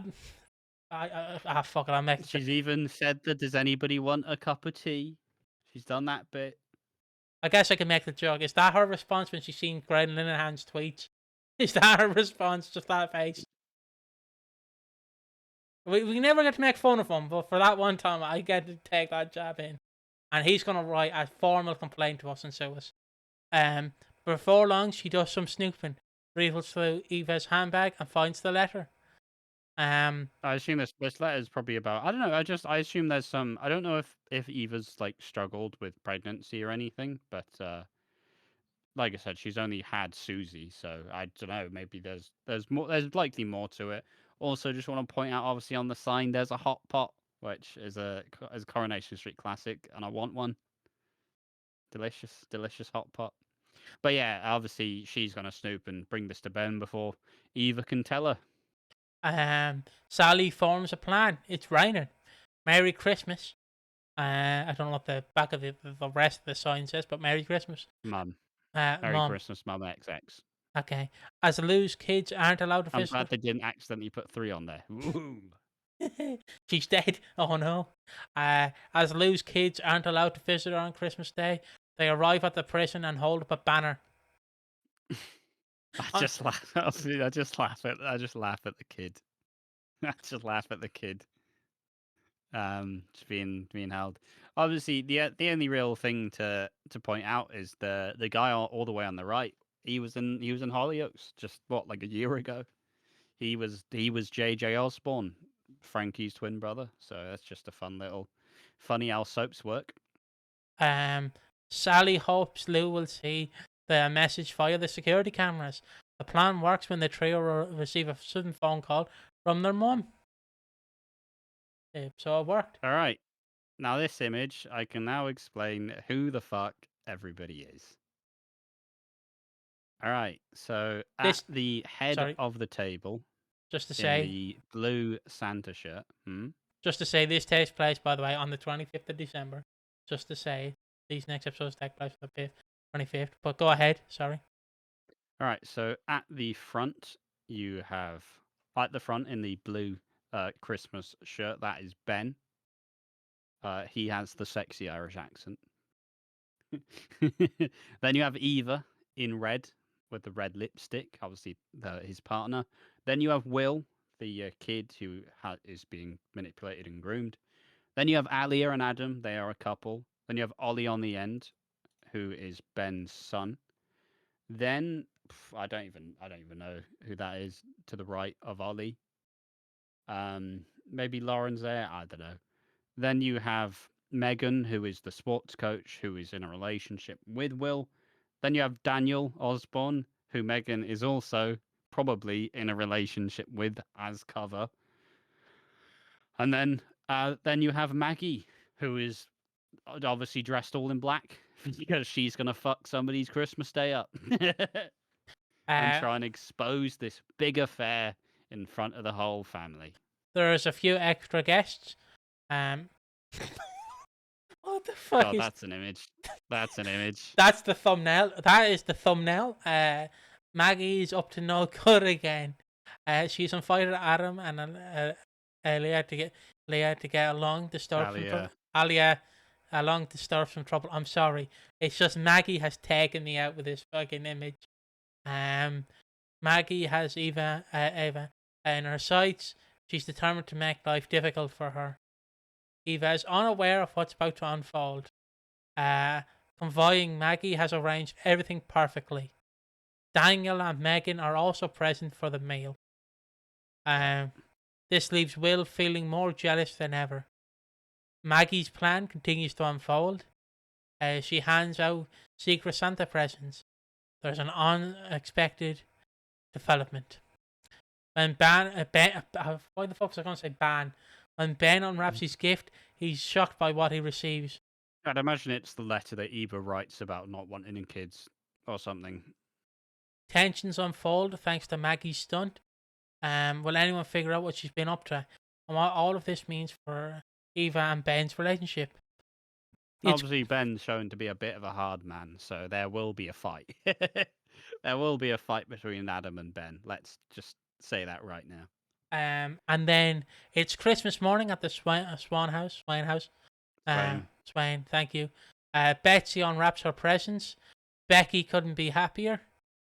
Christmas with her family is all she ever wanted. Becky kisses the back of Lisa's neck. Go on to the fans now. You fucking stop those lips. Take those lips off your fucking head, you prick. Fuck you. Thank you. Obviously, it's a whole lot more dressed up and a lot less vulgar, but Lisa. And obviously, even in that, you can see that Lisa's like, "What are you doing? How dare you?" Lisa forces a smile, but everything changed when Roy warns her that Carla never checked into her hotel in Lanzarote. Where is Carla? Where is she? Where are you? Lanzarote. Yeah. And on the 20th. Oh, I know she's not. Never mind. Who knows where she is? And then on the 26th of December, Evelyn gets a massive shock.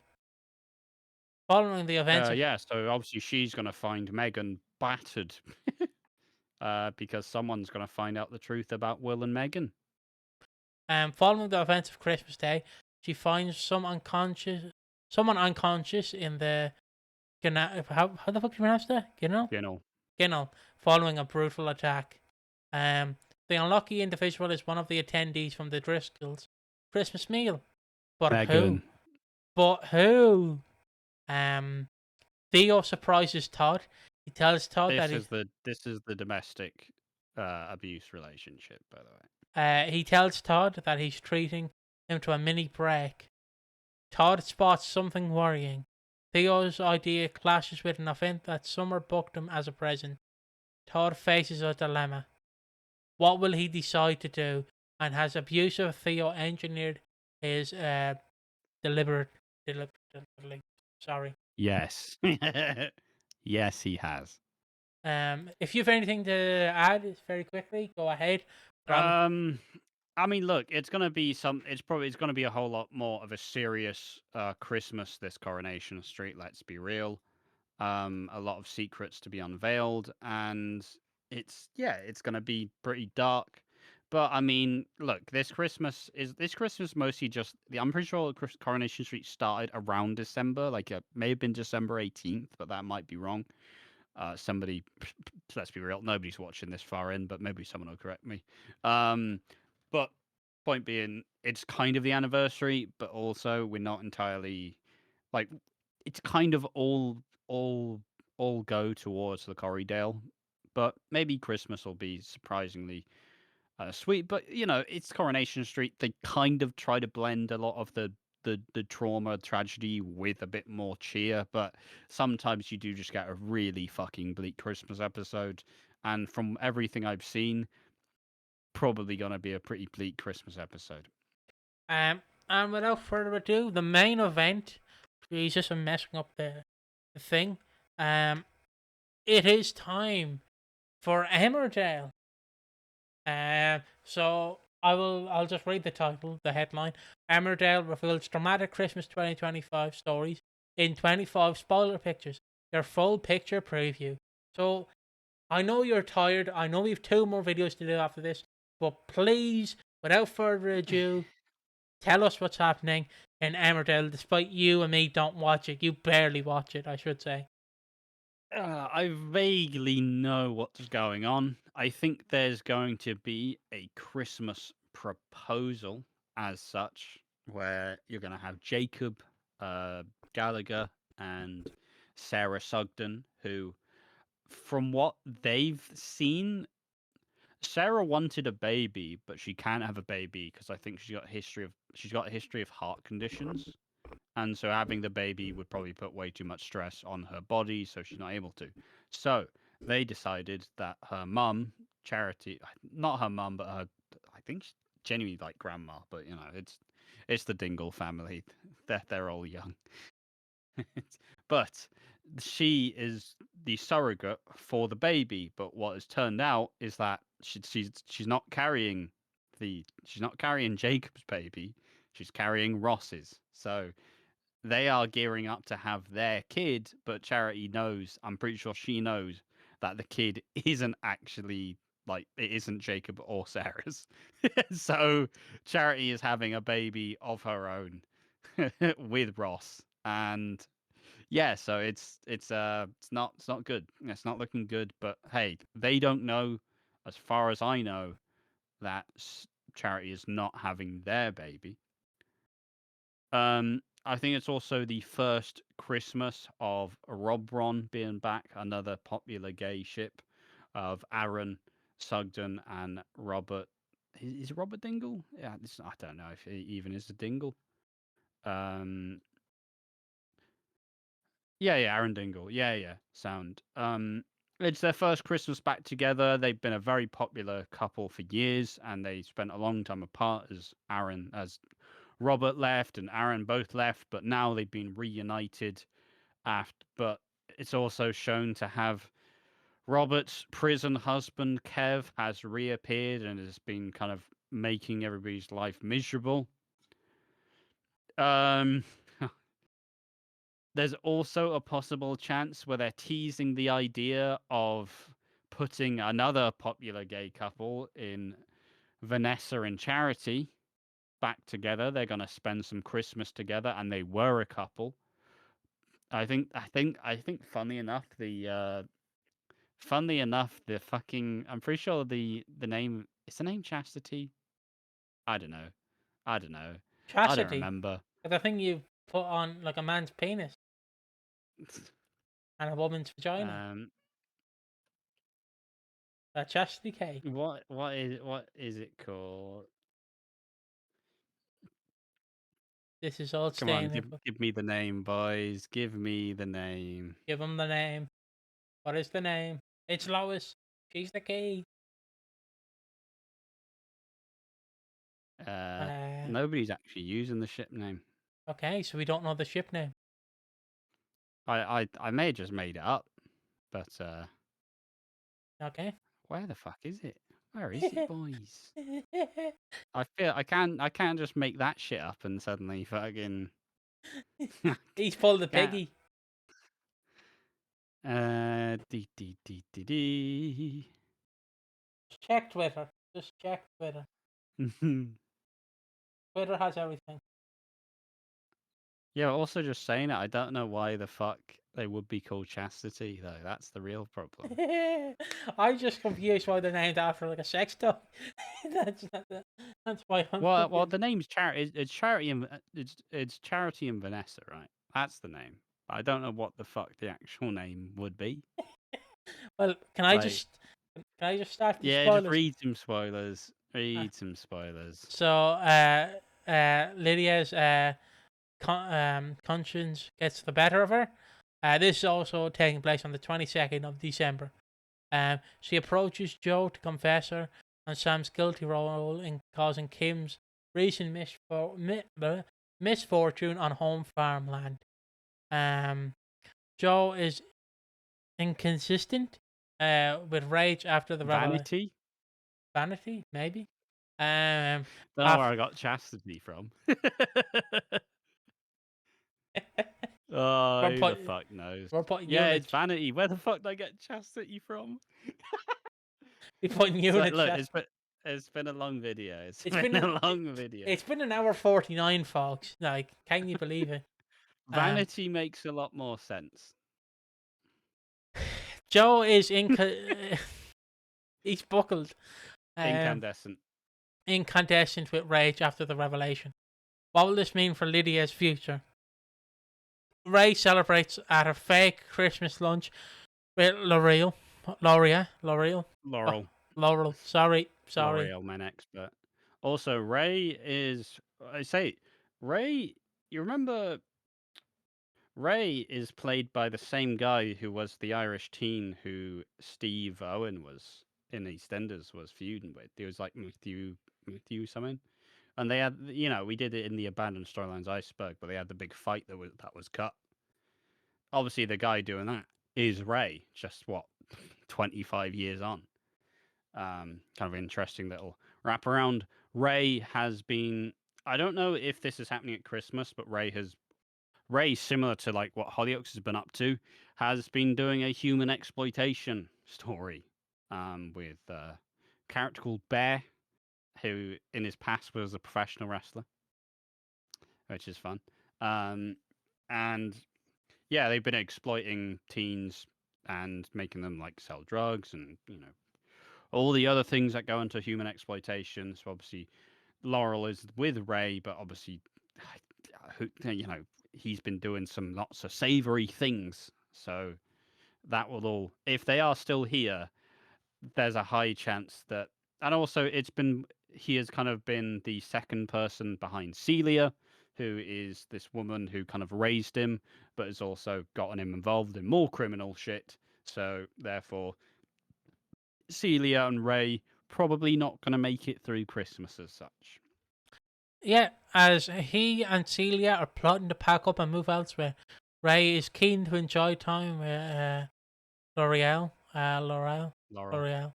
L'Oreal. Laurel. It's just the L's. It's hard to pronounce it in my accent. While he still can. Laurel has a great time with Ray. She's still smitten, unaware of what Ray is really capable of. Ray dares to hope he can spend the real Christmas Day with Laurel too. Is he plotting to get away from Celia? Jacob and Sarah make plans. Obviously, this is the young couple that are possibly, possible engagement, maybe marriage on the cards, but also they are planning their future with their baby, but their baby isn't their baby. They're intending to throw a party to reveal the sex of the baby.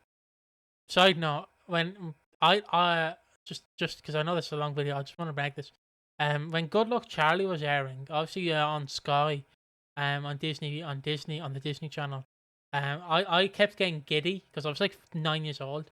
I kept getting giddy because on the show in Good Luck Charlie, in the description it read the sex of the new baby will be revealed, and I went, that's a bit bold of you, Disney, to put sex in the description. Ugh. Not realizing that sex has different connotations. Yeah. Yeah. There's just a stupid. It's like when the EastEnders Facebook got upset because they thought that there was going to be, they thought that talking about a hearing meant that it was a death storyline as opposed to just a court hearing, which is always an old classic. And then they said it was too hard to understand. Not them. Never them. The young couple are looking to the future, but will the truth about Charity's baby secret ever be revealed? Yes. Probably. Come on. Stop lying to us, digital spy. Ross is shell shocked. He knows that Robert and Aaron are planning to bring Seb back into their lives. Seb? Sorry. Ross speaks his mind. He points out that giving up Seb was one of the hardest decisions of his life, and he's unaware he can cope with seeing the boy around the village again. Seb is the son that Ross had with Rebecca White, and he obviously doesn't. He is with Rebecca's aunt, I believe. So. And Kim, this takes place on the 23rd of December. Kim makes a difficult choice. She feels she has no choice when it comes to her decision over Lydia. Lydia could be in for a shock. Is her future? I don't actually know the stuff for this. Kim's at a pretty. I mean, Kim is essentially Queen Bitch of Emmerdale, essentially. She's iconic. She is campy. She's fantastic. But all I really have to add to this is one of my favorite fucking articles possible. is God. I need to pull it up, but just the silhouette of the article Send it to is me. so insane. So I'm gonna send this to you. It's so good. It's unreal. It's so good. It's unreal. Honestly. That's the silhouette. And read the title. Emmerdale killer gets his comeuppance in shock death scenes in early ITVX release. Right. So what does the picture imply? It's a horse. The horse is the killer. Like the horse is a body count. They did this big whodunit, and the result was a guy got kicked by a horse. And it was this whodunit, and it was like it was. See, the not so fun bit comes where it was at the time where there were a lot of sexual abusers not getting their comeuppance in soap, and in Emmerdale they did a whodunit as to who killed this guy Craig, who had assaulted Lydia, who was in the previous spoiler image, and the whodunit resulted in being Kim Tate's horse, which just funny, isn't it? Just to flash But it yeah, I again. think she fell. Kim fell from the horse, and I don't know. I think there's a. I think both Kim and the horse fell, so now Ice may be put down essentially. No, So not the horse. unfortunately, Ice the horse is going to get put down. Damn. Is there? Sorry, I'm still buckled by that. It's just ridiculous. Is her future at the But home like farm? honestly, fair play to the Metro. That's going to be one of the funniest thumbnails of any like spoilers I've ever seen. Is her future at home farm under threat? Um, Jacob and Eric make plans. I discuss tomorrow's big party. Someone sets fire to Also, the. one thing that's interesting about Eric, I believe, was diagnosed. I think Pollard is what he's most known for. I'm pretty sure he was diagnosed with. I don't want to say the wrong illness, but it is one of the illnesses that it's one of the illnesses that it will slowly and progressively get worse. And I don't want to mix up the two, but it's either Alzheimer's or Parkinson's. It's probably Parkinson. I have to make a fake guess. Yeah, it's Parkinson's. Yeah, Cause yeah, and this was established in I think in 2023, and they've been doing a long-term kind of plan of showing it, which has been pretty admirable. yeah. Because obviously, what most soaps would do is they would just go, "Hey, let's do it for a year, and it's over now." It's like, yeah, but that's not entirely how it works. But it's an admirable thing to show. But yeah, continuing on, someone sets fire to the trees outside Aaron's home. An enemy Possibly strikes. could be Kev. Could be Ice the horse. He could be back again. I know he has hooves, but he could do it. Robert and Aaron initially suspect Ross, but Robert soon discovers who's really behind the threats. Can he put a stop to it? On Christmas Eve, Robert and Aaron remain fearful of the threats against them. Is there any way out of this mess? Okay, on Christmas Day, as we went from Christmas Eve, it's Christmas Day now. It's Christmas morning in the village. Chaz, Aaron, and Robert are among those celebrating. The neighbours drink mulled wine. Everyone's in high spirits.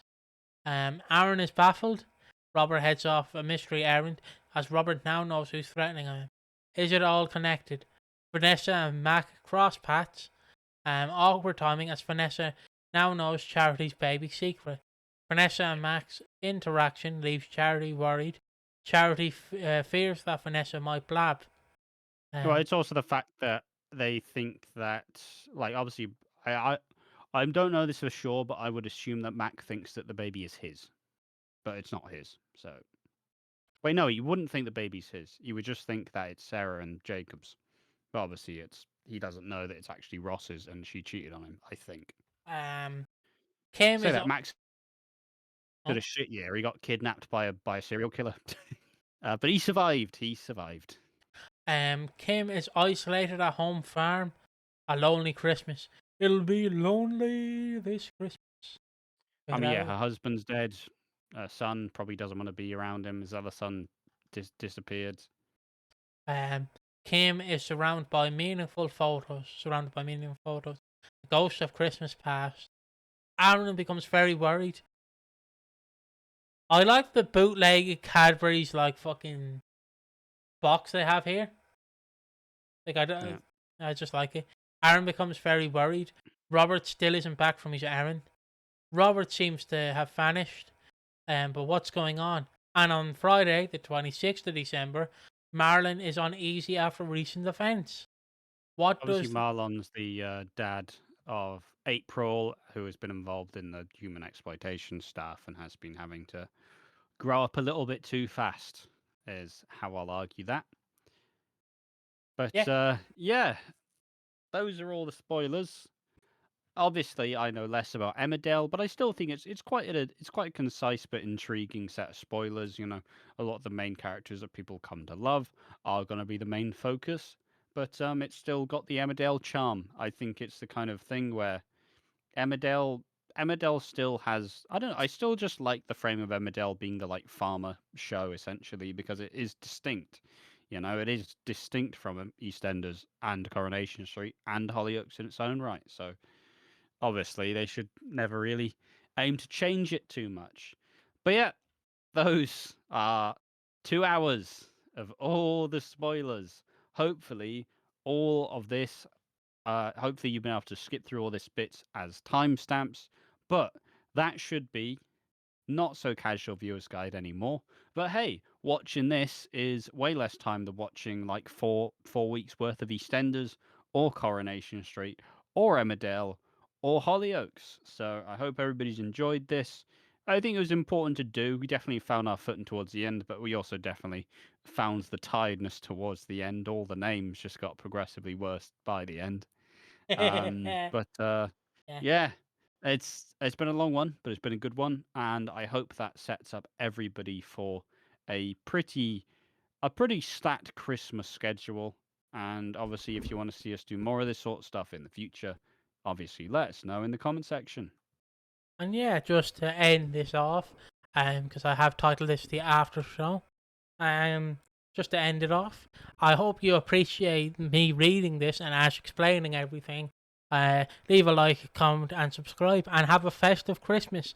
Tune in next Monday, the 22nd, where we will give you the casual viewer's guide to EastEnders.